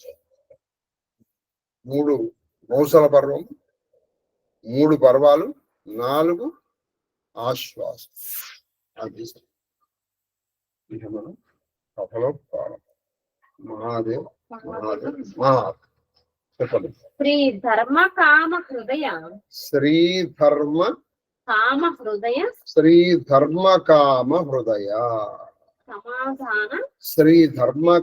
హృదయ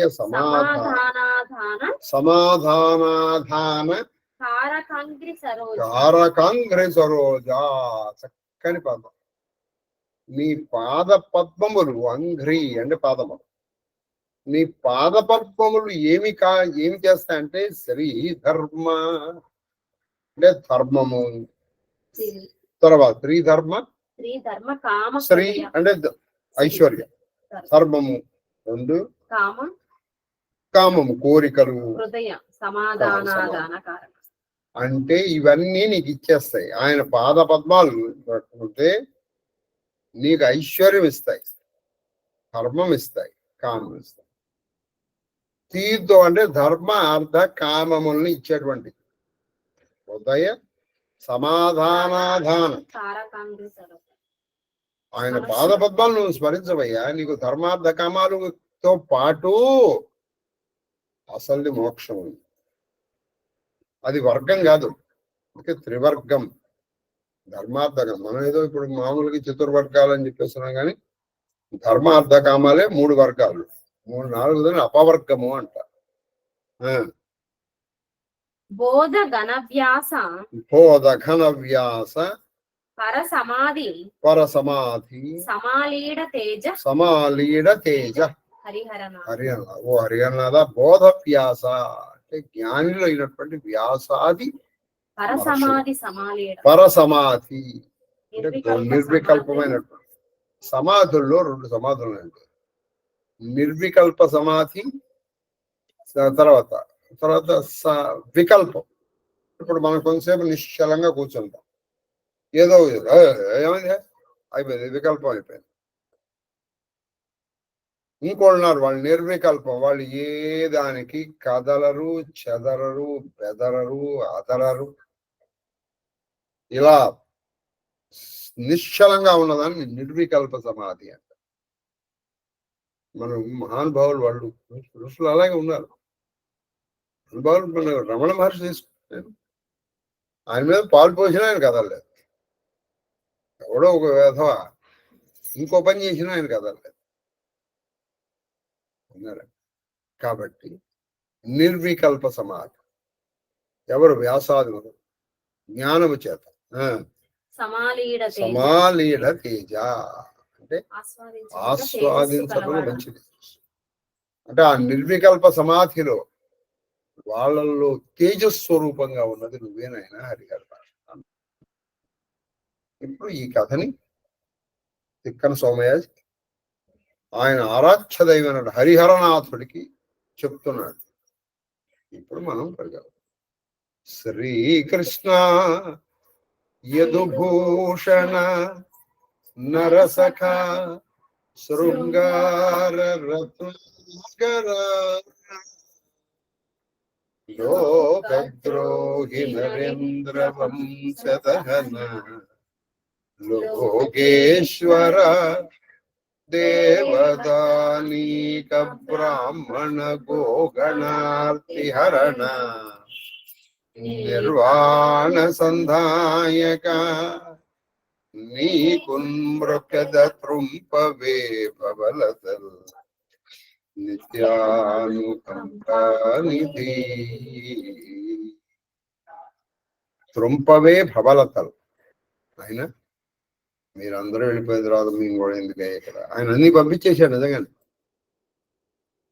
రామావతారం ముగిసేట అందరినీ పంపించేశాడు. హనుమంతుడి మాత్రం ఉన్నాడు. ఏమిటైనా ఇది నేనేం చేశాను ఆయన నువ్వు ఉన్నా. అలాగే అవతారం ముగిపోతే అన్ని ఎలా పంపించేస్తాడో మనం చూద్దాం. ఇప్పుడు అటువంటి శ్రీకృష్ణుని నమస్కరిస్తూ శ్రీకృష్ణ శరణమమ్మ, శ్రీకృష్ణ శరణమమ్మ, శ్రీకృష్ణ శరణం. మహాదేవ మహాదేవ మహాదేవ. తర్వాతి ఘట్టం ధర్మరాజు రాజ్యములు అయిపోయిందండి. ఈ రాజ్యంలో ఉత్పాదములు అంటే కొన్ని అపశకునాలు కనిపిస్తుంది. ఈ రాజ్యం ఎలా అయిపోతాం. చేశాడు కొన్నాళ్ళు బాగానే చేశాడు, చేసిన నాళ్ళు బాగానే ఉన్నాయి. చూద్దాం. దేవా జనమేజయ ధాత్రీ వల్లభునకు ఉదాత్త తేజోదీప్తుండు ఆ వైశంపాయనుడు ప్రియావేశ స్మేర చిత్తుండై దేవా వైశంపాయన ఎలా జనమేజయుడు అడిగాడు, మా తాతగారు రాజ్యం చేస్తున్నప్పుడు ఉన్నటువంటి విశేషాలు చెప్పండి స్వామి అంటే, ఆయనకి తన శిష్యుడి మీద కలిగినటువంటి ప్రేమ వల్ల పుట్టినటువంటి చిరునవ్వుతో వచ్చిన ఆవేశంతో నిండిన మొహం కలిగిన వాడే. ఆవేశం అంటే చిరునవ్వు అంటే ఈయనకి ఇంకా చెప్పాలని ఆవేశం. అది ఈయనకి ఇంకా చెప్పాలి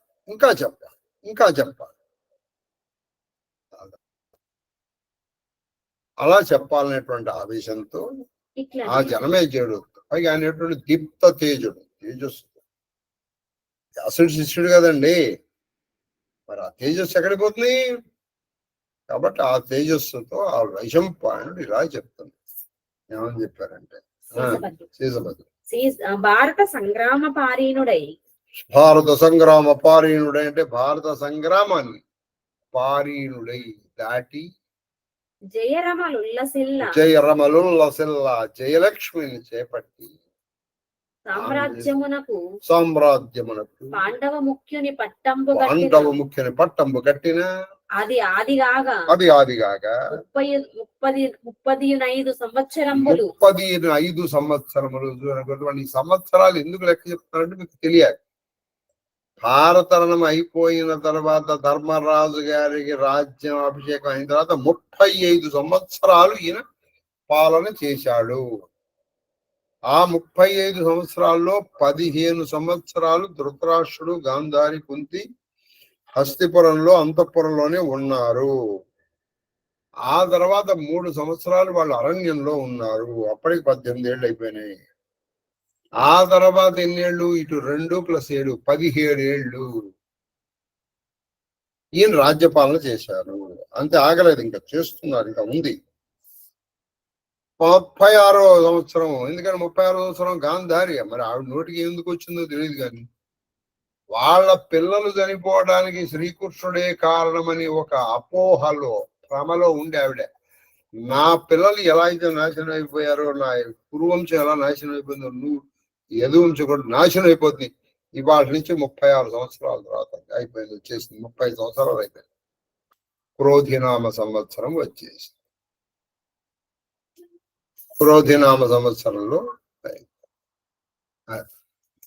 ఇక్కడే పాపం నాకు ఆయన చాలా జాలి కలుగుతాను. ఆయన కూడా అంతే ఉదాహరణ నేను చెప్పిస్తానండి. ఇప్పుడు ఆయన చెప్పాడు, నేను ఏం చేయను ఆయన వాళ్ళకి చెప్పి చూశాను, నేను ఎవరు అని చెప్పి ఇంత చేశాడు. ఇంత చేసిన తర్వాత ఆయన గురించి తెలిసిందే, మళ్ళీ ఆయన నాకు నీళ్ళు ఇమ్మన్నాడు, ఇచ్చి ఇప్పించాడు. అంటే ఆయన మీద పరిపూర్ణమైన విశ్వాసం ఉండాలండి. నీకు ఎక్కడుంది? నువ్వు ఆ మాలవాడిని చూసావు నువ్వు. తర్వాత 35 సంవత్సరములు సననంతరం 30 సంవత్సరాలు అయిపోయిన తర్వాత అనంతర వత్సరం అంటే 36వ సంవత్సరంలో ప్రజకు భయం ఉత్పాదములు అంటే ప్రజలకి భయం కలిగించేటువంటి ఉత్పాదాలు చాలా పుట్టాయి. ప్రజలకి చాలా భయం కలిగించేటువంటి ఉత్పాదాలు ఏమిటయ్యంటే ఉర్వీష, ఓ ధనజయ విను మహావాయువు. విను ఏమిటయ్యావంటే ఓను మహావాయువు శర్కరావర్షి ఎగుచు పీచు. ఒక మహావాయువు ఎలా ఉంటుంది? శర్కరావర్షి అంటే ఎలా ఉంటుంది? ఇట్లా శర్కరము అంటే ఇసుక. ఒక మహావాయువు ఏంటో ఇసుక తుఫాన్లు వచ్చేవి. ఒక్కోసారి పిచ్చిగాలు వచ్చినప్పుడు మట్టంతా రేగి మీద కళ్ళు కనపడవు. అదొక అపశకునం, అలా వచ్చింది. తర్వాత అర్కును ఉదయ వేళ బింబంబు అలసిదోచు. ఇది విచిత్రంగా పొద్దున పూట సూర్యబింబం ఎలా ఉండేదంటే అలసితోచు, అంటే బింబము బలసిదోచు. అదేంటో చుట్టూ సరిగ్గా ఉండేది కాదు, దాని చుట్టూ ఏమిటో మొండేలు వేలాడుతున్నట్టు బింబం సరిగ్గా కనపడేది కాదు. మనకు ఆ బాధ లేదు. ఎందుకు లేదు? ఎవరన్నా చెప్పగలరు? మనం అసలు సూర్యోదయమే చూడంగా, సూర్యోదయానికి అది ఉదయించేటప్పుడు కాదు, ఉదయించిన తర్వాత చక్కగా చూస్తే మనకి డి విటమిన్ వస్తుంది. అప్పుడు మనము సూర్యోదయానంతరము ఆయన కిరణ హస్తములతో, కిరణాలనే చేతులతో మనకి వేడి తాకిన తర్వాత అప్పుడు మనం లేస్తాం. కాబట్టి మనకు అయిపోతుంది. ఆ అపశకునం మనకి తోచదు. మనకి వాళ్ళు అప్పట్లో వాళ్ళు పాపం సరిగ్గా సంధ్యావందనం చేసుకోవడం లేచేవాళ్ళు కాబట్టి చూసేటప్పటికి ఏమిట్రా సూర్యబింబం ఇలా ఉంది అనుకునేవాడు. దీన్ని బట్టి మనం ఒక విషయాన్ని బాగా గమనించాలంటే, ఒకప్పుడు మనిషి ప్రకృతితో బతికాడు, ప్రకృతితో బతికాడు. తను ప్రకృతిని బాగా అవగాహన చేసుకునేవాళ్ళు.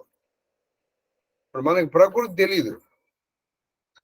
ఇప్పుడు మీకు పెద్దవాళ్ళకి తెలిసినంత ప్రకృతి మనకి తెలియదు, మాకు తెలిసినంత ప్రకృతి మీకు తెలియదు.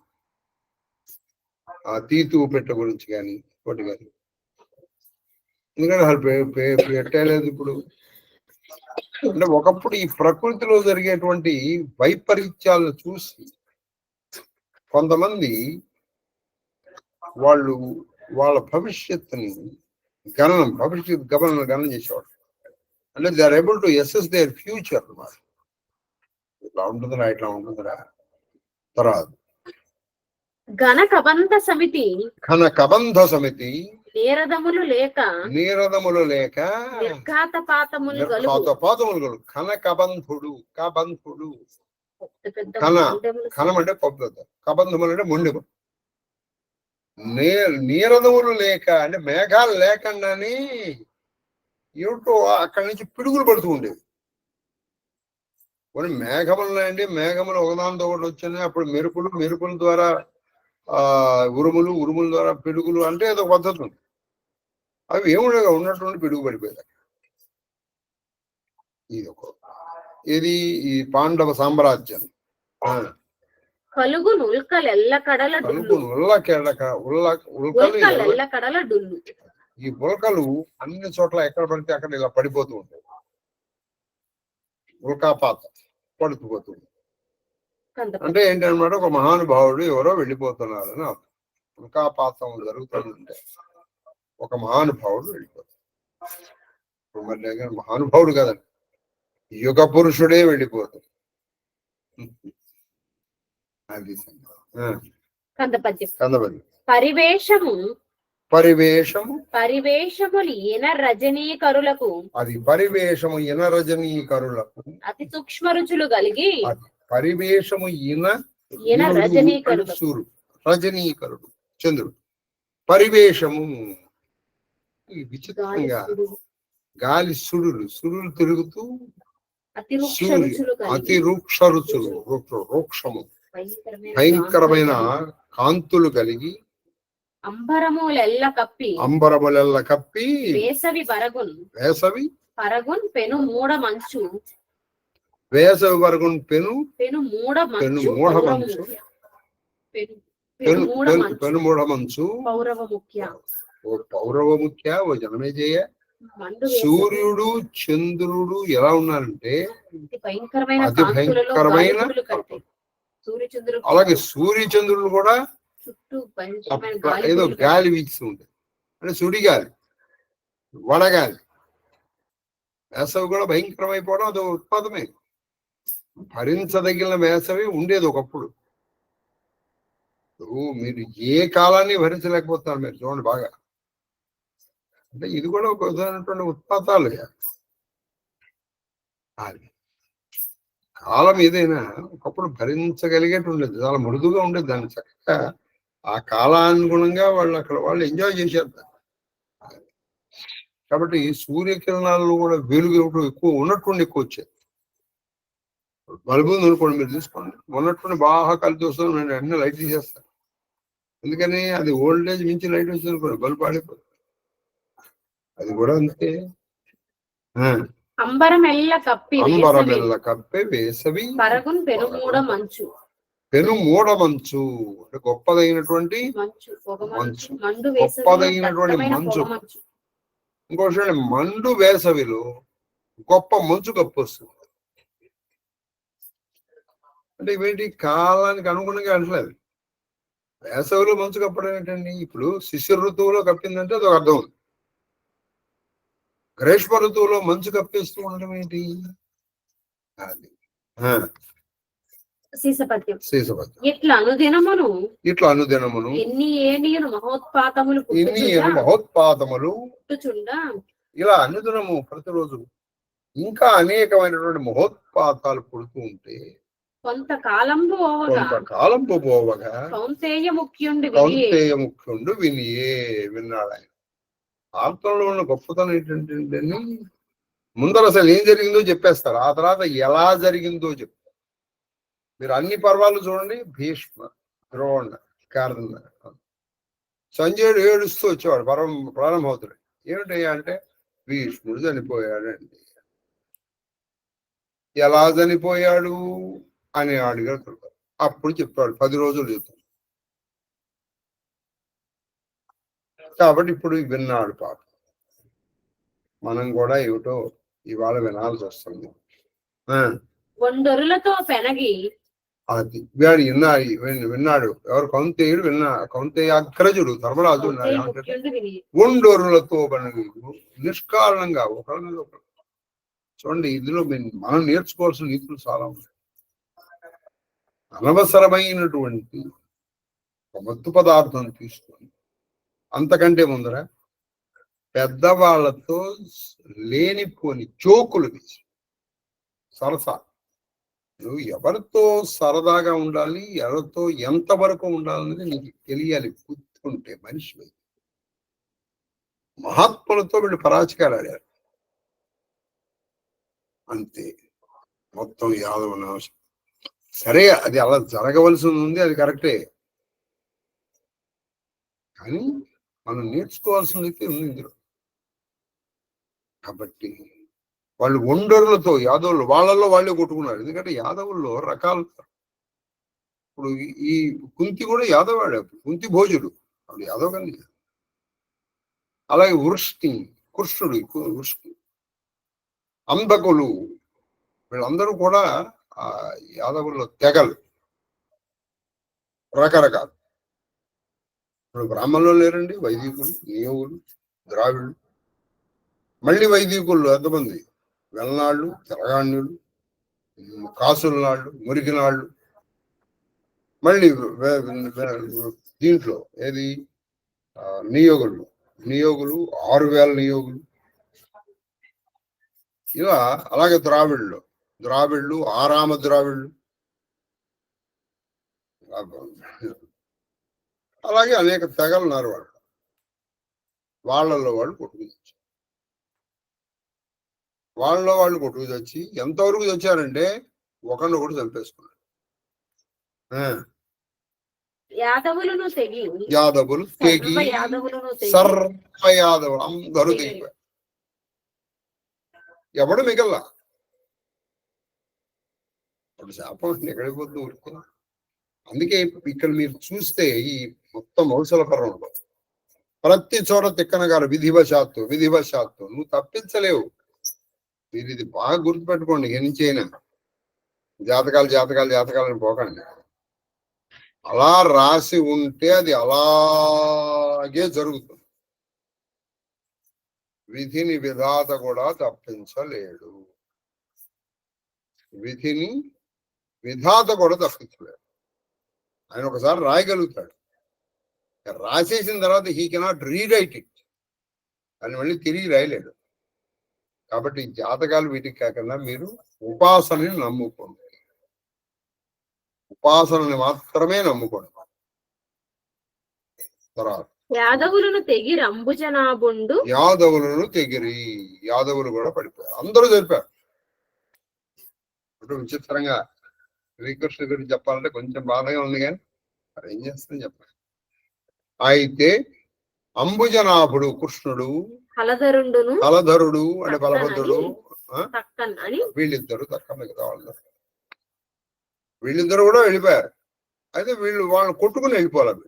మిగతా వాళ్ళందరూ కొట్టుకుని ఒకళ్ళు కూడా పొడుచుకున్నారు, లిటరల్లీ పొడుచుకున్నాడు. వీడు వాడిని పొడి చేశాడు, వాడు వీడిని పొడి చేశాడు, వాడు వీడు చదివాడు, వీడు వాడిపోయాడు. అది నరేంద్ర విని భీమసేనుని వివ్వచ్చు. అది వీలా వినేటప్పటికి వెంటనే ధర్మరాజు ఏం చేశాడు, భీమసేనుని వివత్సుడు అంటే అర్జునుని వివ్వచ్చు, నకులుని సహదేవుడు రావు నలుగురిని పిలిపించాడు. రేనాయన అయిపోయింది రా, మన వాళ్ళు యాదవులు వెళ్ళిపోయారు రా, కృష్ణుడు వాళ్ళు కూడా వెళ్ళిపోయారు రా అని చెప్పేశాడు. చెప్పేటప్పటికి అందరూ చాలా బాధపడ్డారు. సంభృతార్తి అగుచు అంటే ఆర్తితో నిండిపోయినటువంటి మనస్సు శరీరం కలిగిన ధర్మరాజు ఆ వార్త ఎరిగించి అందరికీ ఆ వార్త చాలా ఆర్తితో. ఈ ఘట్టాన్ని పోతన గారికి ఇంకా బాగా రాశారు. అన్నా అంటూ మీకు గుర్తుందో లేదో, మీరు అప్పుడు ఆ పద్యం నేర్చుకున్నారు. సుధర్మా మధ్యం ఉన్నాడ అంటూ ధర్మరాజు అడుగుతాడు, ఎరానైనా కృష్ణుడి గురించి చెప్పవేరానైనా అంటూ అందరి గురించి అడుగుతాడు కృష్ణుడు. అన్నా ధర్మరాజు అడుగుతా, అన్నా మాట్లాడవే నాయన. అలాగే మనకి ఇందులో అనేక విషయాలు తెలుస్తాయి. ఇంతమంది పరాక్రమవంతులైన వాళ్ళు చివరికి బోయ వాళ్ళని ఎదిరించలేకపోయాడు గురువు అర్జునుడు. ఏది గొప్ప భీష్మ, ద్రోణ, కర్ణ ఇటువంటి వాళ్ళతో చేసి ఇంత చేసిన వాడు బోయేవాళ్ళు ఎదిరించలేక. కాబట్టి యాదేవి సర్వభూతేషు శక్తి రూపేణ సంస్థిత నమస్తస్యే నమస్తస్యే నమస్తస్యే నమ. మన శక్తి మన యుక్తి అంతా ఆవిడ. కాబట్టి ఆవిడ మీద భక్తి పెంచుకోండి, అహంకారం తగ్గించుకోండి.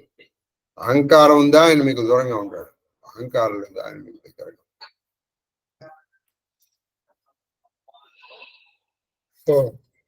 వారలేవురు నెవ్వగల్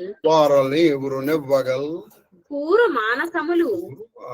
వాళ్ళు ఈ వార్త వినేటప్పటికి భయంకరమైనటువంటి దుఃఖం వాళ్ళ మనసుల్లో పుట్టే ఐదుగురిలో మానసములు కలగనత్యంత కొలుగు మనసులు అత్యంత విషన్నులైరి సకల జనకోటులు శోక జలది మునుగా. అందరూ కూడా జనాలందరూ ఆ అస్థిపురంలో ఉన్న వాళ్ళందరూ కూడా శోకమనేటువంటి సముద్రంలో మునిగిపోయారు. వీళ్ళ ఐదుగురు కూడా చాలా బాధపడ్డారు, విషణ్ణులై. అయ్యో అయ్యో ఇలా అయిపోయిందా అలా అయిపోయిందా ఎవరిని వెళ్ళిపోయినప్పుడు అనుకుంటాను కొంచెం తేటగీతి అని విని ఆ మహీపతి అని విని ఆ మహీపతి యాదవులకు పోరులు తమలోన కలిగిన కారణంబు వారి వృత్తాంతములు వినవలతు చెప్పుమనుడు ఆ ముని ఇట్లను నతని తోడ. ఇలా అనేటప్పటికి వాళ్ళు ఇలా బాధపడుతున్నారు అనేటప్పటికి 87 అలాగా యాదవుల్లో వాళ్ళు ఎందుకు కొట్టుకున్నారండి? అసలు ఏమిటి కారణములుగా కొట్టుకున్నారు వాళ్ళు? అలా ఏదో కొట్లాటలు వచ్చింది, ఎన్ని మొహన్ను చూడడం నా మొహన్ను చూడడం కంటే సరిపోతుంది. వాళ్ళు అలా చూడలా. వీడు ఒక కత్తి తీసుకొచ్చాడు, వాడిని పొడి చేశాడు. వాడు ఒక సోలం తీసుకొచ్చాడు, వీడిని పొడి చేశాడు. వీడు తెచ్చాడు, వాడు తెచ్చాడు. అందరూ తెచ్చిపోయారు, ఎవ్వడు మిగలలేదండి.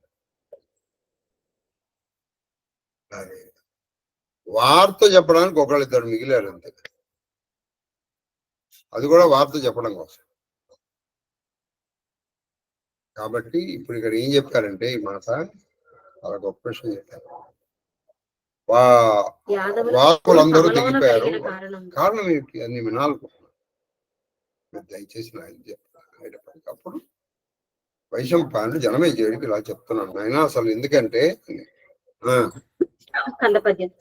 ద్వారవతికి కన్వుండును. అది ఒకానొక సందర్భంలో ఎంత కృష్ణలీల, కృష్ణుని చూద్దామని ద్వారకా నగరానికి వచ్చారు. ఎవరు? మహానుభావులు వచ్చారు. ఎవరు? కణ్వుడు, నారద మునివరుడు, గాదినందనుడు అంటే గాది కొడుకు విశ్వామిత్రుడు, పెంపారంగ తొల్లి వచ్చి ముగ్గురు వచ్చారు. ఎవరు? విశ్వామిత్రుడు, కణ్వుడు, నారదుడు శ్రీకృష్ణ సందర్శనాభిలాషతో వచ్చారు. కృష్ణే కల్పించారు వాళ్ళకి చూడాలని, అంతే. తీరా చూసారో చూడాల, వాళ్ళు చూడకుండానే వెళ్ళిపోయారు. వాళ్ళు ద్వారావతి వరకు వచ్చారు. ఏదో వాళ్ళ దారిని వాళ్ళు వెళ్ళిపోతున్నారు.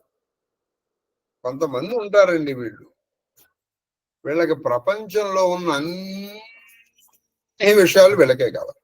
అందుకని అంతసేపు నొక్కాల్సి వచ్చింది. ఎవడో వాడినాడు, వాడి పూజ వాడు చేసుకున్నాడు, చేసుకోవచ్చుకే. ఏమండి అని వాడితో ఏదో, మీరు మాల ఇలా తిప్పుతున్నారు, అలా తిప్పచ్చా? మీరు జగత్తో పట్టుకున్నారు, అలా తిప్పచ్చా? తిప్ప మీరు నాకు కాబట్టి ఈ పిచ్చి డౌట్లు అడగడం మానేయాలి. నువ్వు అడిగితే ఎలాంటి డౌట్ అడగాలంటే, నువ్వు అడిగిన ప్రశ్నని బట్టి నిన్ను ప్రేరేపితున్నాయి ఇంకా కొత్త విషయాలు నీకు చెప్పగలిగి ఉండాలి నేను. అంతేగాని అండి మీరు ఈ కొల్ల ఎందుకు కట్టుకుంటారు, అది మోకాలు పైకి ఎందుకు కడతారు? ఇప్పుడు నువ్వు ఇది తెలుసుకుని నువ్వేం చేస్తావు? దీనికి నీ వల్ల ఏమైనా ప్రయోజనం ఉందా? కాబట్టి ఇటువంటి చాలా అసహ్యం అది. ఈ మధ్యకాలంలో అసలు కొందరు డౌట్లకి నేను సమాధానం చెప్పలేకపోతాను, నేను చెప్పలేకపోతాను. ఎందుకంటే ఇప్పుడు ఏదైనా డౌట్ ఉందనుకోండి, ఒక మంచి డౌట్ అడిగితే దానికి దాన్ని సమాధానం ఇస్తాం. మరి ఎంతో మందికి నేను సమాధానం చెప్పాలి అని మా ఇంత చిన్నగా ఉంటుంది ఏంటి మీది? నాకేదో నువ్వేమైనా చేసేవాడివే నువ్వు అంటే జస్ట్ టైం పాస్ పల్లి. అలా అడిగితే ఏం జరుగుతుందో ఇప్పుడు మీకు చెప్తారు, వినండి. అతను ఏం అనకపోవచ్చు, ఆ మంత్రం చేసేటప్పుడు ఆ మంత్రాధిష్టాన దేవత మిమ్మల్ని వదిలిపెట్టదు. మీరు వాళ్ళతో అనవసర పరిహాసాలు చేస్తే ఆయన మిమ్మల్ని ఏమి అనకపోవచ్చు, కానీ ఆయన మంత్రం చేస్తున్న మంత్రాధిష్టాన దేవత మిమ్మల్ని వేసుకుంటుంది, మామూలుగా వేసుకోదు. అది చెప్పు. పెంపారంగా తొల్లి వచ్చారు. ఒకనొకప్పుడు వాళ్ళు చాలా సంతోషంగా వచ్చారు. వాళ్ళు ఏదో కృష్ణనామస్మరణ చేసుకుంటూ వాళ్ళల్లో వాళ్ళు మాట్లాడుకుంటూ వెళ్తున్నారు. వెళ్తుంటే నారాయణ చూచు వేట్క నారాయణుని చూద్దాం అనేటువంటి వేడుకతో నరవరుడు, నరుల్లో శ్రేష్ఠులైనటువంటి వాళ్ళలో ముఖ్యుడు. నరుల్లో శ్రేష్ఠులైన వాళ్ళలో శ్రేష్ఠుడు ఆయన ఓ జనమేజయ నారాయణుడైనటువంటి శ్రీకృష్ణ సందర్శనాభిలాషతో కణ్వుడు, విశ్వామిత్రుడు, నారదుడు వచ్చారు. ఎక్కడికి? ద్వారావతికి, ద్వారకా నగర. వస్తే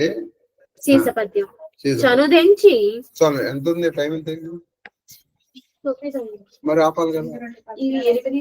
2 పద్యాలు అయితే 9 అవుతాయి. మన వాళ్ళు చెప్తే అలా ఉందండి. 4 రోజులు చెప్పండి. చనుదెంచి పురవీధి చను నవసరమున అలా వాళ్ళు వచ్చి ఆ పురవీధుల్లోంచి వెళుతున్న సమయంలో అయిపోయింది. కొట్టుకొచ్చారు వృష్ణి కుమారులు. ఈ వృష్ణి అని చెప్పడంలో చాలా అంతరార్థం దాగుందండి. వృష్ణి కుమారులు అంటే ఏంటంటే ఈ వీళ్ళలో తెగలున్నాయని చెప్పాను కండి, వృష్ణి, భోజకులు, కందకులు అని. ఆ వృష్ణి వాళ్ళు తెగకి చెందినటువంటి కొంతమంది యువకులు, వాళ్ళకే పడతాయిటువంటి బుద్ధులు. ఎవడో వాడు వెళ్ళిపోతున్నాడు, ఎందుకండి ఎవడో వాడు చెప్తాడు, వాడేదో వాడికి రేషనాలిటీ కదా.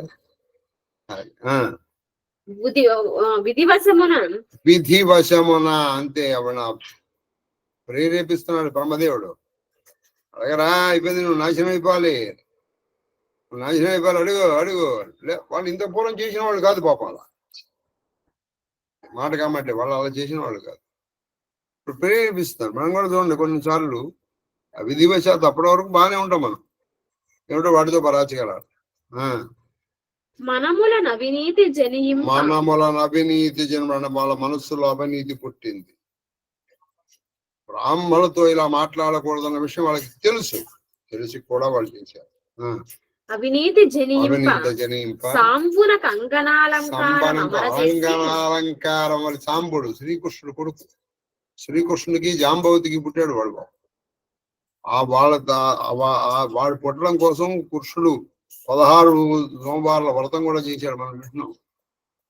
అటువంటి ఆ సాంబుడికి కుష్ఠ రోగం వచ్చింది. ఒకప్పుడు ఆదిత్యుని చేసుకుని ఆయన తన రోగాన్ని పోగొట్టుకున్నాడు.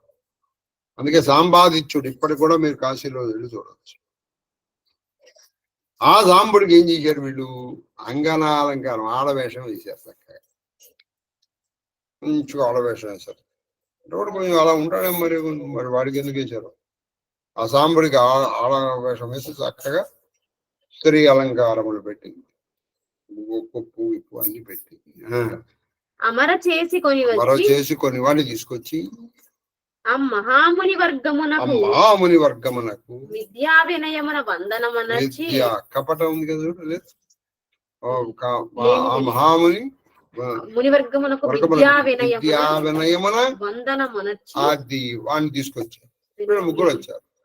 వాడు ఎంతో వినయముతో వంగిపోయేటట్టు వీటి చేత, ఈ సాంబుడి చేత వాళ్ళకి నమస్కారం చేయించారు.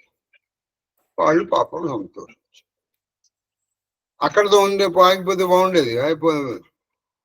అమ్మా వీడు నివృత్తులైన చాలా వంగి వివృతులు మాయాతో కారుణ్య నియతాత్ముల, ఓ కరుణాకర గుర్తులారా, ఓ ముల్లారా, ఈ భామిని బబ్రుని భార్య. ఈవిడ ఎవరంటే బభ్రుడు. ఇది శ్రీకృష్ణుడు అర్జునుడికును ఆ చిత్రాంగదకి జన్మించాడు బబ్రువానుడు, వాడి భార్య వీడి అని చెప్పాడు రాముడి గురించి. ఈమె బబ్రుని భార్య. ప్రజల గనుని అంటే సంతానం కలుగుతుంది దీనికి.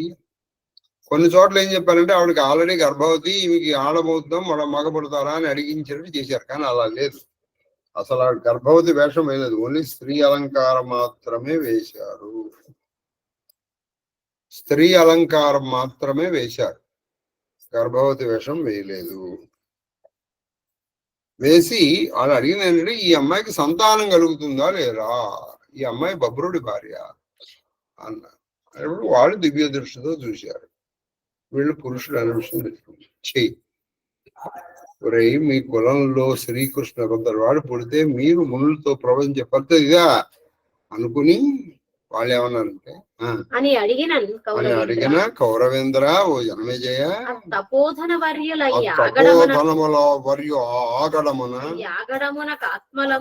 ఆత్మలందు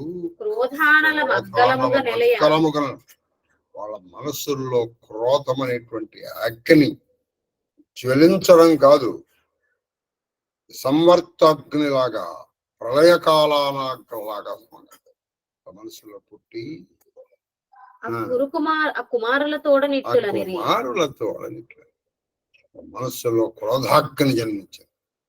కొట్టడమే అది ప్రళయకాలాగ్ని ద్వాగ్నిలాగా పైన ఆ కుమారులతో ఆ మునులు ఎవరు, ఆ కణుడు, నారదుడు, విశ్వామిత్రుడు ఇలా అన్నారు. ఎలా అన్నారంటే ఇది ఆఖరి పద్యం. అంబుజనాభుని కొడుకి సాంబుడు అయినా వీడు ఎవరా, అంబుజనాభుడు సాక్షాత్తు శ్రీకృష్ణ పరమాత్మ కొడుకు ఈ సాంబుడు కను తప్పకుండా మీరు అన్నారుగా వీడికి సంతానం కలుగుతున్నా కలగదా అని కంటాడు, వీడు సంతానాన్ని కంటాడు. యాదవ క్షయాపాదన కళ్యంబగు, యాదవులు క్షయము నాశనమైపోవటానికి కారణమైనటువంటి ఒక ముసలం అంటే రోకలి. ఖచ్చితంగా కలుగుతున్నాయి, సంతానం కలుగుతుంది. ఎందుకు కలగదు, ఎవరికి అంటాడంటే వీడు యాదవ క్షయాపాదన కళ్యంబగు, యాదవులు క్షయము అంటే నాశనమైపోవటానికి కారణమైనటువంటి ఒక ముసలం, ఒక రోకలి పుడుతుంది. చాలా నరికడు. ఇంకా ఏమన్నా చెప్పమంటావా? అప్పుడు వీళ్ళకి బుద్ధి వచ్చింది. మా వచనము అనృతము లేదు, మేము చెప్పింది అబద్ధం కాదు, కనీసం ఈ మాట అయినా నమ్మండి. మీరు నమ్మండి, మాకు అబద్ధం చెప్పడం రాదు. అంటే వాళ్ళ వీరికి రాకలే ఎందుకు పెడితేంది అన్నావు అనుకో, నువ్వు అన్నావు ఈ లోపలితో వస్తారు. కానీ అందుకే ఈ మాట ఎందుకన్నారంటే ఈ లోపల మీరు పెద్దవాళ్ళకి వెళ్ళి చెప్పుకోండి, ఏమన్నా ఉంటే విరుగులు ఉంటే చేసుకుంటారు పోండి. వాళ్ళు కూడా విరుగుడు చేయడానికి చాలా ప్రయత్నం చేశారండి బాబు, చాలా ప్రయత్నం చేశారు. కానీ ఇక్కడ ముని శాపం, అక్కడ గాంధారి శాపం ఎక్కడ పోతాయి? సరే మరి వీడు కన్నాడా లేదా, ఏం జరుగుతుంది మనం రేపటి నుంచి చూద్దాం. అయ్యా ఇప్పటికి 9 పద్యాలు అయినాయి, నాకు తెలిసి ఇందులో 228 పద్యాలు ఉన్నాయి. కాబట్టి ఇప్పటికి 28లో 9 అయిపోయినా ఇంకా 219 పద్యాలు ఉన్నాయి. నేను ఇప్పుడే లెక్కేస్తాను కొంచెంసేపు ఎందుకు. మొత్తం మిగిలిన పద్యాలని 21,000 పద్యాలు, ఇంచుమించు 1,00,000 శ్లోకాలకి సారమైనటువంటి 21,000 పద్యాలు. ఇప్పుడు మనం 100లోకి వచ్చేసాం పద్యాలు.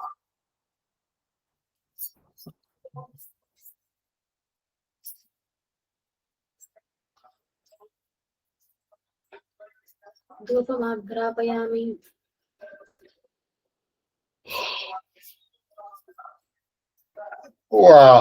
సాక్షాత్ దీపం దర్శయామి.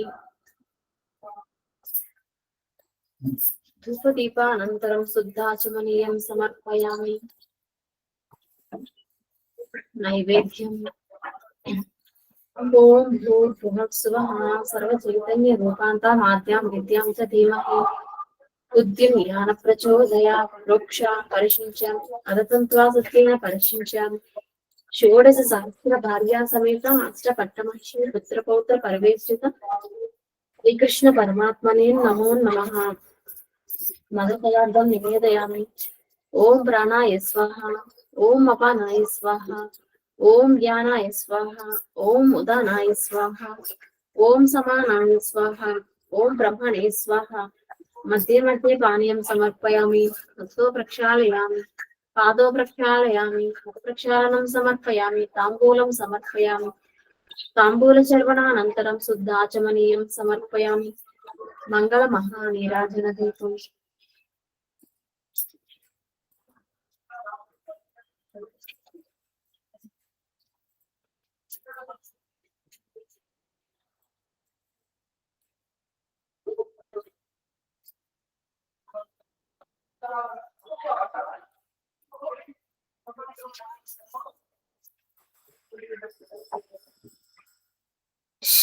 లక్ష్మీ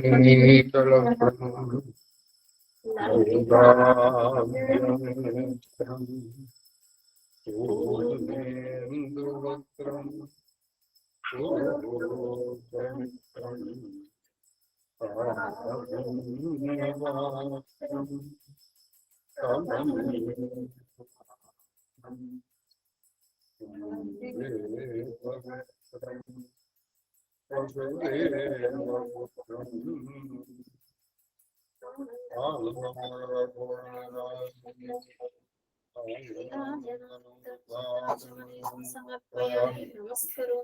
హర నమో పార్వతీపతయే హర హర మహాదేవ హర.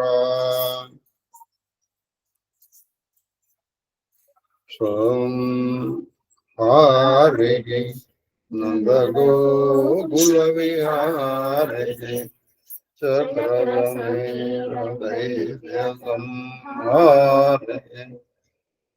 భక్త దుఃఖ పరిహారి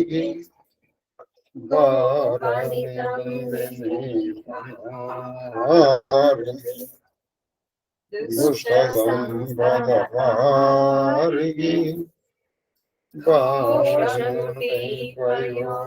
వయోవృతారి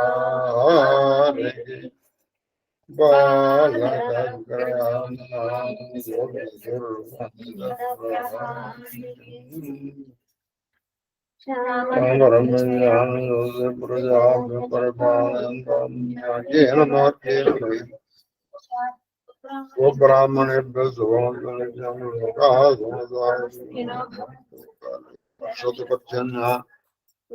సజాలయం సంతు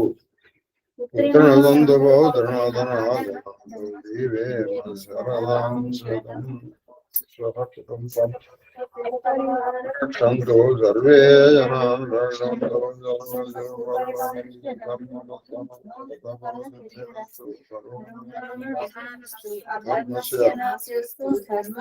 సర్వం శ్రీకృష్ణ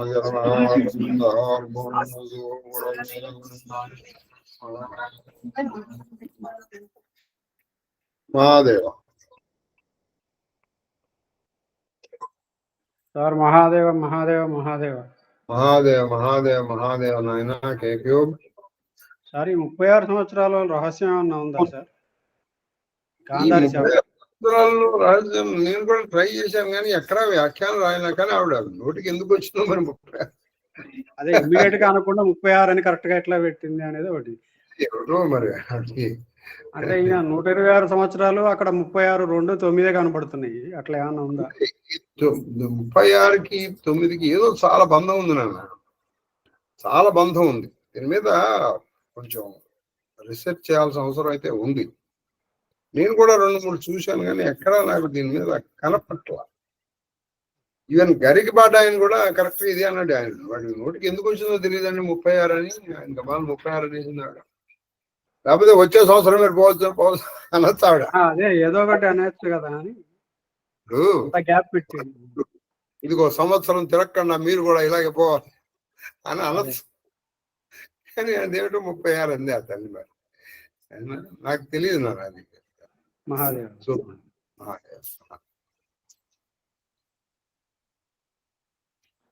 మహాదేవ మహాదేవ మహాదేవ గురువు గారు. మహాదేవ మహాదేవ మహాదేవ తల్లి శ్రీలలిత. మహాదేవ గురువు గారు. మహాదేవ గురువు గారు. మహాదేవ మహాదేవ మహాదేవ మా మహాలక్ష్మి గారు. మహాదేవ గురువు గారు. మహాదేవ మహాదేవ మహాదేవ మహాదేవ మహాదేవ మహాదేవ హిమక్క. మహాదేవ గురువు